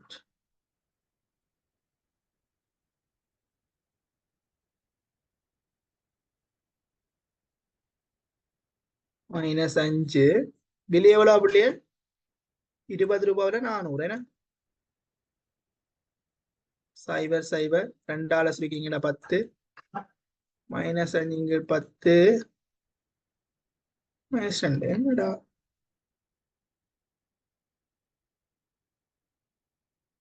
something error. Wait a minute. பிள்ளைகள், what happened to me? கொஞ்சம் ஒரு ஆன்சரை மியூட் பண்ணி சொல்லுங்களேன். அன்மியூட் பண்ணி. என்னத்துல நான் பிளவட்டிக்கிறேன்? பிள்ளைகள், பாய்ஸ் இருக்கீங்களா?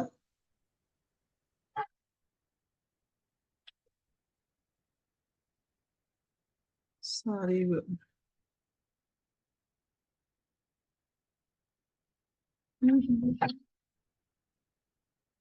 எழுதுறதும் இதுல பிரச்சனையாவே இருக்கு எனக்கு. இது ஒரு இஷ்யூ வந்திருக்குது.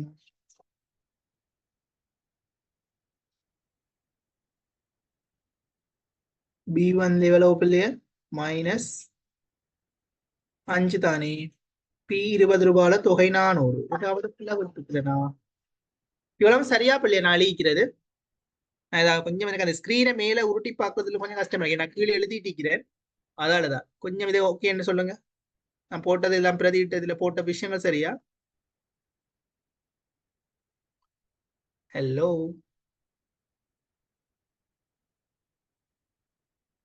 ஒரு ரிப்ளை ஒன்று தாங்களேன். 001.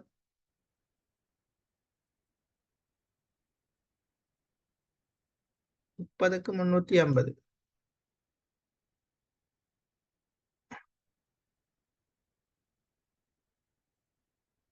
இதுல கொஞ்சம் ரிப்ளை ஒன்று தாங்களேன்.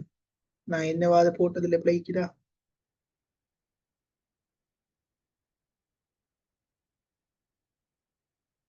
எனக்கு 0.25 தான் பிள்ளைகள் வருது. What's the reason?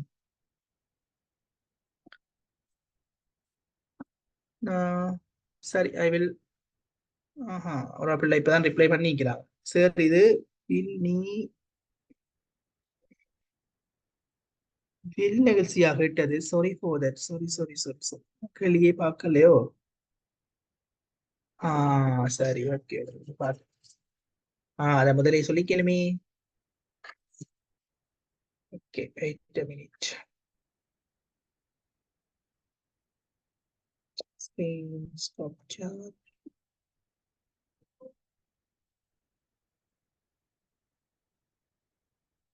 Question number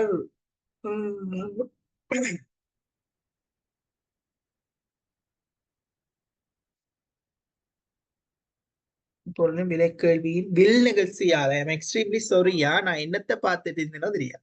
okay, நான் சாதாரணமாக நிகழ்ச்சி நினைச்சு தமிழில் பார்த்துட்டு இருந்தேன். அப்ப இந்த 0.25 விலை இருக்குது என்ன விட.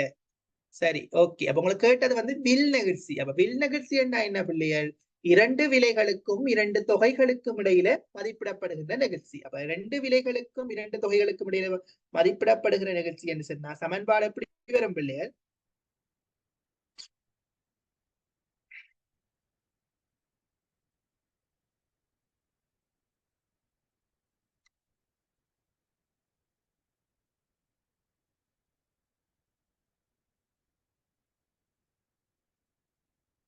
சயபி பிளஸ் P1 பிளஸ் P2வின் கீழ் 2.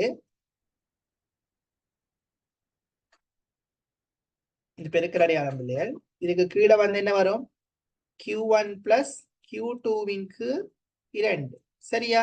அப்ப விளங்கிக் கொள்ளுங்க பிள்ளைகள். கேட்ட கேள்வி வந்து சாதாரண நிகழ்ச்சி அவர் கேட்கல. கேள்வியில மென்ஷன் பண்ணிக்கிறான் வில் நிகழ்ச்சி. நான் கூட அந்த கேள்வியை கொஞ்சம் அழகா உங்களோட கேள்வியை கொஞ்சம் வேகமா வாசிக்காதபடியே தான் அந்த 0.25 வந்தது பிள்ளை. உங்களுக்கு கேட்டது வில் நிகழ்ச்சி என்று சொன்னா சராசரி விலைகளுக்கும் சராசரி தொகைகளுக்கும் இடையில மதிப்பீடு செய்யணும். சரி ஒரு காலமும் மாறாத பிள்ளைகள். சரி 5 தான் இருக்கும். ஆனா இரண்டு விலைகளுக்கும் இரண்டு தொகைகளுக்கும் இடையில் அதை மறக்கக்கூடாது. வில் நிகழ்ச்சிக்குரிய சமன்பாடு வந்து சரிவு தர P1 பிளஸ் P2வின் கீழ் 2 வந்து ரெண்டு விலைகள். நீங்க எடுக்கிற ரெண்டு விலைகளையும் வந்து கூட்டணும். அதை பிறகு ரெண்டால பிரிக்கணும். அதுக்கு பிறகு வாரது வந்து ரெண்டு தொகைகளை எடுத்து அதை பிறகு என்ன செய்வீங்க பிள்ளைகள்? ரெண்டால பிரிப்பீங்க. அப்ப பிறகு நீங்க வந்து இந்த பக்கம், அதாவது உங்களோட இடது கை பக்கம் வந்து உங்களுக்கு ஒரு விடை வந்து வரும் பிள்ளைகள். அந்த விடைய வந்து எடுத்து இந்த பியோட வந்து நீங்க சமப்படுத்துறீங்கன்னு சொன்னா சரி. சமப்படுத்துறேன்னு சொன்னா எங்களுடைய சீராகங்களை செய்தீங்கன்னா சரி. ஓகே, அப்ப பாருங்க அப்படியே சரி வந்து உங்களுக்கு 5. முதலாவது விலை வந்து 20ஓட 30 கூட்டுங்க பிள்ளைகள். ரெண்டு விலைகள் உங்களுக்கு தொகை தந்திருக்கிறான் என்று சொன்னா 400 350. சரியா? ஓகே, அப்ப இங்கேயும் வந்து இதை கூட்டி போட்டு ரெண்டால பிரிக்கணும். இதையும் கூட்டி ரெண்டால பிரிக்கணும். சரியா? அப்ப 20 30 உங்களுக்கு 50 வரும். 50 ரெண்டால பிரிச்சிங்கன்னா பிள்ளைகள் உங்களுக்கு 25 வரும். அடுத்தது 350 400 வந்து 750 பிள்ளைகள்.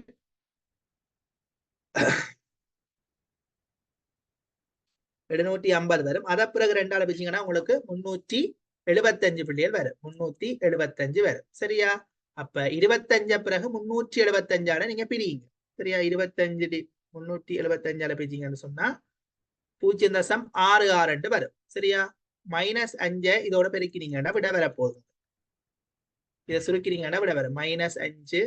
நான் இதை கொஞ்சம் உங்களுக்கு இன்னைக்கு கொப்பியில கொஞ்சம் வெளியிட்டு போட்டு விடுறேன். நோட்டில குரூப்ல கொஞ்சம் கிளியர் இல்லாம இருக்கு. அதாவது போர்ட்ல கொஞ்சம் இஷ்யூ பண்ணபடியே தான் இந்த இஷ்யூ. நெக்ஸ்ட் கிளாஸ்ல இது இருக்காது.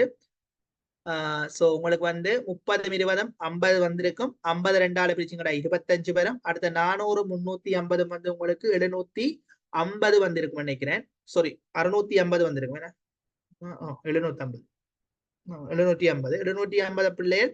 பிறகு நீங்க ரெண்டால பிரிச்சீங்கடா 375 வரும். சரியா? ஆகவே 25 கீழ் 375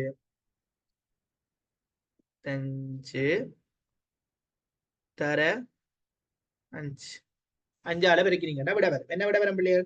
-0.33 விட வரும். சரியா? Sorry for the inconvenience. மன்னித்து கொள்ளுங்க. கேட்ட கேள்வியை நாங்க சரியா பார்க்கல. அப்ப இப்படி நிகழ்ச்சி வந்து கேட்கல. கேள்வியை வேலை கவனமா வாசிக்கணும். நானும் உங்களோட ஒரு நம்பிக்கையில தான் போயிட்டு இருந்தேன். நீங்க கொஞ்சம் பார்த்துட்டு இருப்பீங்கன்னு நீங்களும் அதை பார்த்துக்கொள்ள. Sorry for that. அவ வில் கேள்வி நிகழ்ச்சி என்ன பிள்ளைகள்? இரண்டு விலைகள் இரண்டு தொகைகள். சரியா? அதை நீங்க மைண்ட்ல எடுத்துக்கொள்ளணும். சாதாரணமான கேள்வி நிகழ்ச்சி என்றா சமன்பாடுகள் வந்து சரிவு தர விலை மாற்றத்தின் கீழ் தொகை மாற்றத்தை நீங்க எடுக்கிறீங்கன்னா சாரி விலை புதிய விலையும் புதிய சமன்ல தொகையும் எடுத்து சீராக்கம் செய்தீங்கன்னா சரி. ஓகே, அப்ப இந்த கேள்வி வந்து நான் உங்களுக்கு நினைக்கிறேன் இதுல நீட் இல்லாம இருந்தா நான் உங்களுக்கு திருப்பி இவ்வளவு எழுதிட்டு போட்டு விடுவேன். சரியா? ஓகே, ஐ திங்க் கிளியர் ஆயுது. எப்படி காண்றேன்? கிளாஸ் முடியும். ஐ திங்க் 9க்கு முடிச்சு. இன்னைக்கு கொஞ்சம் ஏர்லியா முடிக்கிறேன். பிரச்சனை இல்லை. பாருங்க பிள்ளைகள். அப்ப திருப்பி பாருங்க. வில் நிகழ்ச்சி என்றா என்ன? இரண்டு விலைகளுக்கும் இரண்டு தொகைகளுக்கும் என்ன சமன்பாடு? சரிவு தர P1 plus P2. P1 plus P2 என்ன? ரெண்டு சராசரி விலைகள். தொகை வந்து என்ன Q1 பிளஸ் Q2. அப்ப அத பிறகு 2ஆல பிரிக்கணும். இங்க இதையும் 2ஆல பிரிக்கணும். அப்ப P1ம் P2ம் எங்களுக்கு 20 ரூபாய் விலையும் 30 ரூபாய் விலையும் தந்தது. அப்ப அதை ரெண்டையும் கூட்டி போட்டு 2ஆல பிரிச்சீங்கன்னா உங்களுக்கு இதுக்கு 25 வந்திருக்கு. அதே போல இங்க 300 ரூபாய் 400 தொகை வந்தது, 350 தொகை வந்தது. அப்ப ரெண்டு தொகையும் கூட்டினீங்கன்னா உங்களுக்கு 750. 750 2ஆல பிரிச்சீங்கன்னு சொன்னா உங்களுக்கு எவ்வளவு வந்திருக்கு? 375 வந்திருக்கும் இல்லையா? 375 வந்திருக்கு. சரியா? அப்ப 25 பிறகு 375 இந்த 25ஆல 25 பிறகு நீங்க 375ஆல பிரிச்சு போட்டு இதுல இந்த சரிவு எடுத்திருப்பீங்க தானே ஆல்ரெடி இந்த சமன்பாட்டை விட்டு சரிவு ஒரு காலமுமே மாறாது. அது -5 -5ஓட சமப்படுத்தினீங்கன்னு சொன்னா அதை சமப்படுத்தலன்னு சொன்னா சீராக்கங்கள் செய்யணும். வெட்டுறதை வெட்டி சுருக்குறதை சுருக்கினீங்கண்டா உங்களுக்கு விட வந்து -0.33 வரும். இதான் விஷயம். சரியா? இதுக்கு நாங்கள் இவ்வளவு வினக்கட வேண்டிய அவசியமே இல்லை. ஏன் அந்த வினக்கட்டம் சொன்னா பிள்ளைகள் சொல்லி போது கேள்வியை நாங்க சரியா வாசிக்கல. கேட்ட கேள்வி சாதாரணமான நிகழ்ச்சியை கேட்கையில வில் கேள்வி நிகழ்ச்சி. அடுத்த ஒன்று சொல்லுங்க பிள்ளைகள், வில் கேள்வி நிகழ்ச்சி நாங்க கூட எந்த கேள்விக்கு மதிப்பீடு செய்யறது? அதை சொல்லி எந்த கேள்வி நிகழ்ச்சிக்கு நாங்க மதிப்பீடு? ஒன்றுக்கு கூடவா, ஒன்றுக்கு குறையவா, கூட எந்த கேள்வியை கேட்கறது நாங்க வில் கேள்வி நிகழ்ச்சியை மதிப்பீடு செய்வோம். அதை கொஞ்சம் சொல்லுங்க. அதை கொஞ்சம் சொன்னீங்கன்னா வகுப்பு முடிக்கலாம். சொல்லுங்க. விலைசார் கேள்வி நிகழ்ச்சி ஒன்றுக்கு கூடவா, ஒன்றுக்கு குறையவா, ஒன்றுக்கு சமனா, பூச்சியமா, முடிவிலியா, இந்த 5 நிகழ்ச்சியில வந்து எந்த நிகழ்ச்சிக்கு பிள்ளைகள் நாங்க கூட வில் நிகழ்ச்சியை பாவிக்கிறது? எந்த நிகழ்ச்சிக்கு? செவ்வக அதிபர வளை என்று படிச்சிருப்பீங்க தானே பிள்ளைகள்? செவ்வக அதிபர வளை என்பது என்ன? 5 விரைசார் கேள்வி நிகழ்ச்சி இருக்கும். அந்த விரைசார் கேள்வி நிகழ்ச்சியிலையும் ஒவ்வொரு நிகழ்ச்சிகளுக்கும் சாதாரணமாக வளைகள் மாறும். ஒன்று செங்குத்தா இருக்கும், கிடையாக இருக்கும், நிலைக்குத்தச்சாக இருக்கும், விலைக்கு நிலைக்குத்தாக சமந்தரமா இருக்கும், கிடையா சமாந்தரமாக இருக்கும். இப்படி படிச்சிருப்பீங்க. இப்ப செவ்வக அதிபர வளை என்பது ஒன்றுக்கு சமனான விலைசார் கேள்வி நிகழ்ச்சியுடைய பண்டங்கள். ஒன்றுக்கு சமனான விலைசார் கேள்வி நிகழ்ச்சியுடைய பண்டங்கள் கூட அந்த வளை வந்து செவ்வக அதிபர வளையாக இருக்கும். அடுத்த கிளாஸ்ல நாங்க இந்த நிகழ்ச்சிகள் எல்லாம் பார்ப்போம் தானே, அதுல நாங்களும் சொல்லிடுறோம். அப்ப கூட வில் கேள்வி நிகழ்ச்சியை நாங்கள் எங்க மதிப்பீடு செய்வோம்டா பிள்ளைகள்? எங்க மதிப்பீடு செய்வோம் சொன்னா வளைந்த கேள்விக்கோடு கூட செவ்வக அதிபர வளையாக இருக்கிற கேள்விக்கோடுகள்ல தான் நாங்கள் வில் கேள்வி நிகழ்ச்சியை பார்க்கிறோம். வில் கேள்வி நிகழ்ச்சி என்று சொன்னா 2 விலைகள் 2 தொகைகள் சராசரிகளை எடுத்து சரிவோட நாங்கள் சீராக்கம் செய்தோம் என்று சொன்னா எங்களுக்கு நிகழ்ச்சி வந்து கிடைக்கும். சரியா? ஐ திங்க் டைம் ஒன்றைக்கு ஆகுது. உங்களுக்கு மிகுதி வகுப்பு நான் எப்ப நான் வந்து நாளைக்கு உங்களுக்கு குரூப்ல இன்ஃபார்ம் பண்ணுவேன். இன்னைக்கு இந்த செய்த 2 கல்குலேஷன் பார்ட், அதாவது கணிப்பிடுதல் பகுதியை நான் உங்களுக்கு கொஞ்சம் எழுதிட்டு வந்து குரூப்ல ஷேர் பண்ணி விடுவேன். நீங்க இன்னைக்கு அந்த 3 படங்களையும் கிரிட்டு சாப்பிட்டுட்டு இன்ஷா அல்லாஹ் குரூப்ல வந்து எனக்கு தனியா போட்டாலும் சரி, குரூப்ல போட்டாலும் சரி, கொஞ்சம் அந்த படங்களை கொஞ்சம் கீறி சமநிலை மாற்றங்களை கொஞ்சம் அனுப்பி வையுங்க. நான் சரிபட பார்த்து சொல்லுவேன். சரியா? ஓகே. அப்ப இன்னைக்கு நாங்க இவ்வளவு கேள்வி நாங்களால பார்க்க முடிஞ்சது. நாளைக்கு கேள்வியை பார்க்க முடிஞ்சதுன்னு சொன்னா ஒரு கேள்வி எடுத்தோம்னா அதுக்கு நாங்க நிறைய விஷயங்களை பாக்குறபடியா தப்பு டைம் ஓடிட்டு இருக்குது. பிரச்சனை இல்லை. நாங்க அடுத்த கிளாஸ் வந்து உங்களுக்கு நாங்க பார்க்க போற மெயின் விஷயம் கேள்வி நிரம்பல் நிகழ்ச்சி 3 தான் அடுத்த கிளாஸ்ல நாங்க பார்ப்போம். 2020ஆம் ஆண்டு பாஸ் பேப்பர்ல நாங்க பார்த்த கேள்வியை கொஞ்சம் நோட் பண்ணி வைங்க. எவ்வளவு கேள்வி நாங்க பார்த்துருக்கிறோம்னு சொன்னா மிச்ச கேள்வி முழுமையாக முடிக்கப்படும். அதை பத்தி நீங்க யோசிக்க தேவையில்லை. நான் இன்றைக்கு மினக்காட்ட கூட சொன்னோம்னு சொன்னா உங்கள்ட்ட இன்னும் சில விடயங்களை நான் அறிஞ்சு கொள்ளிக்கான உங்களோட நிலைமை இப்ப இங்க இருக்கிற 3 பேராக இருந்தாலும் உங்களோட நிலைமைகள் வந்து எங்க இருக்குன்றது நாங்க தெரிஞ்சு கொள்ளுவோம். தெரிஞ்சாதான் நான் அதுக்கு இது கிளாஸை கொண்டு போயிடும். Okay, that's all for today. Any doubts? This is time. நீங்க டவுட்டை கேட்டுக்கொள்ளலாம். சாரி, அந்த வில் கேள்வி நிகழ்ச்சிக்கு நாங்க கொஞ்சம் டைம் ஒன்று எடுத்தது. என்ன கேள்வியை வாசிக்காதபடியே தான் டைம் ஒன்று எடுத்தது. மற்றபடி சாதாரணமாக நாங்க மதிப்பிட்ட நிகழ்ச்சி சரி பிள்ளையே, அதான் டைம் ஒன்று எடுத்தது. சரி, சொல்லுங்க பாப்போம். Any doubt? படிப்பிச்சது விளங்கிச்சுதா? இப்ப நீங்க சொல்ற கருத்துக்கள்? தேங்க்யூ சார், கிளாஸ் யூஸ்ஃபுல்லா இருந்துச்சா? ஓகே. மற்றது இந்த எழுதுற கருவிகள் வந்து அடுத்த வகுப்பிலிருந்து சரி செய்யப்படும். அதுக்கு உங்களிடம் ஒரு ஃபர்ஸ்ட் கிளாஸ் என்னபடியா ஒரு சாரி ஃபார் தட். ஓகே, சரியா? படத்தை கிரி போடுங்க. வேற டவுட் இருக்குதா? டவுட்னா கேட்கலாம், இல்லைன்னா முடிச்சு கொள்ளலாம். இல்லையா டவுட் இருக்குதா? நோ, முடிச்சு கொள்ளவா?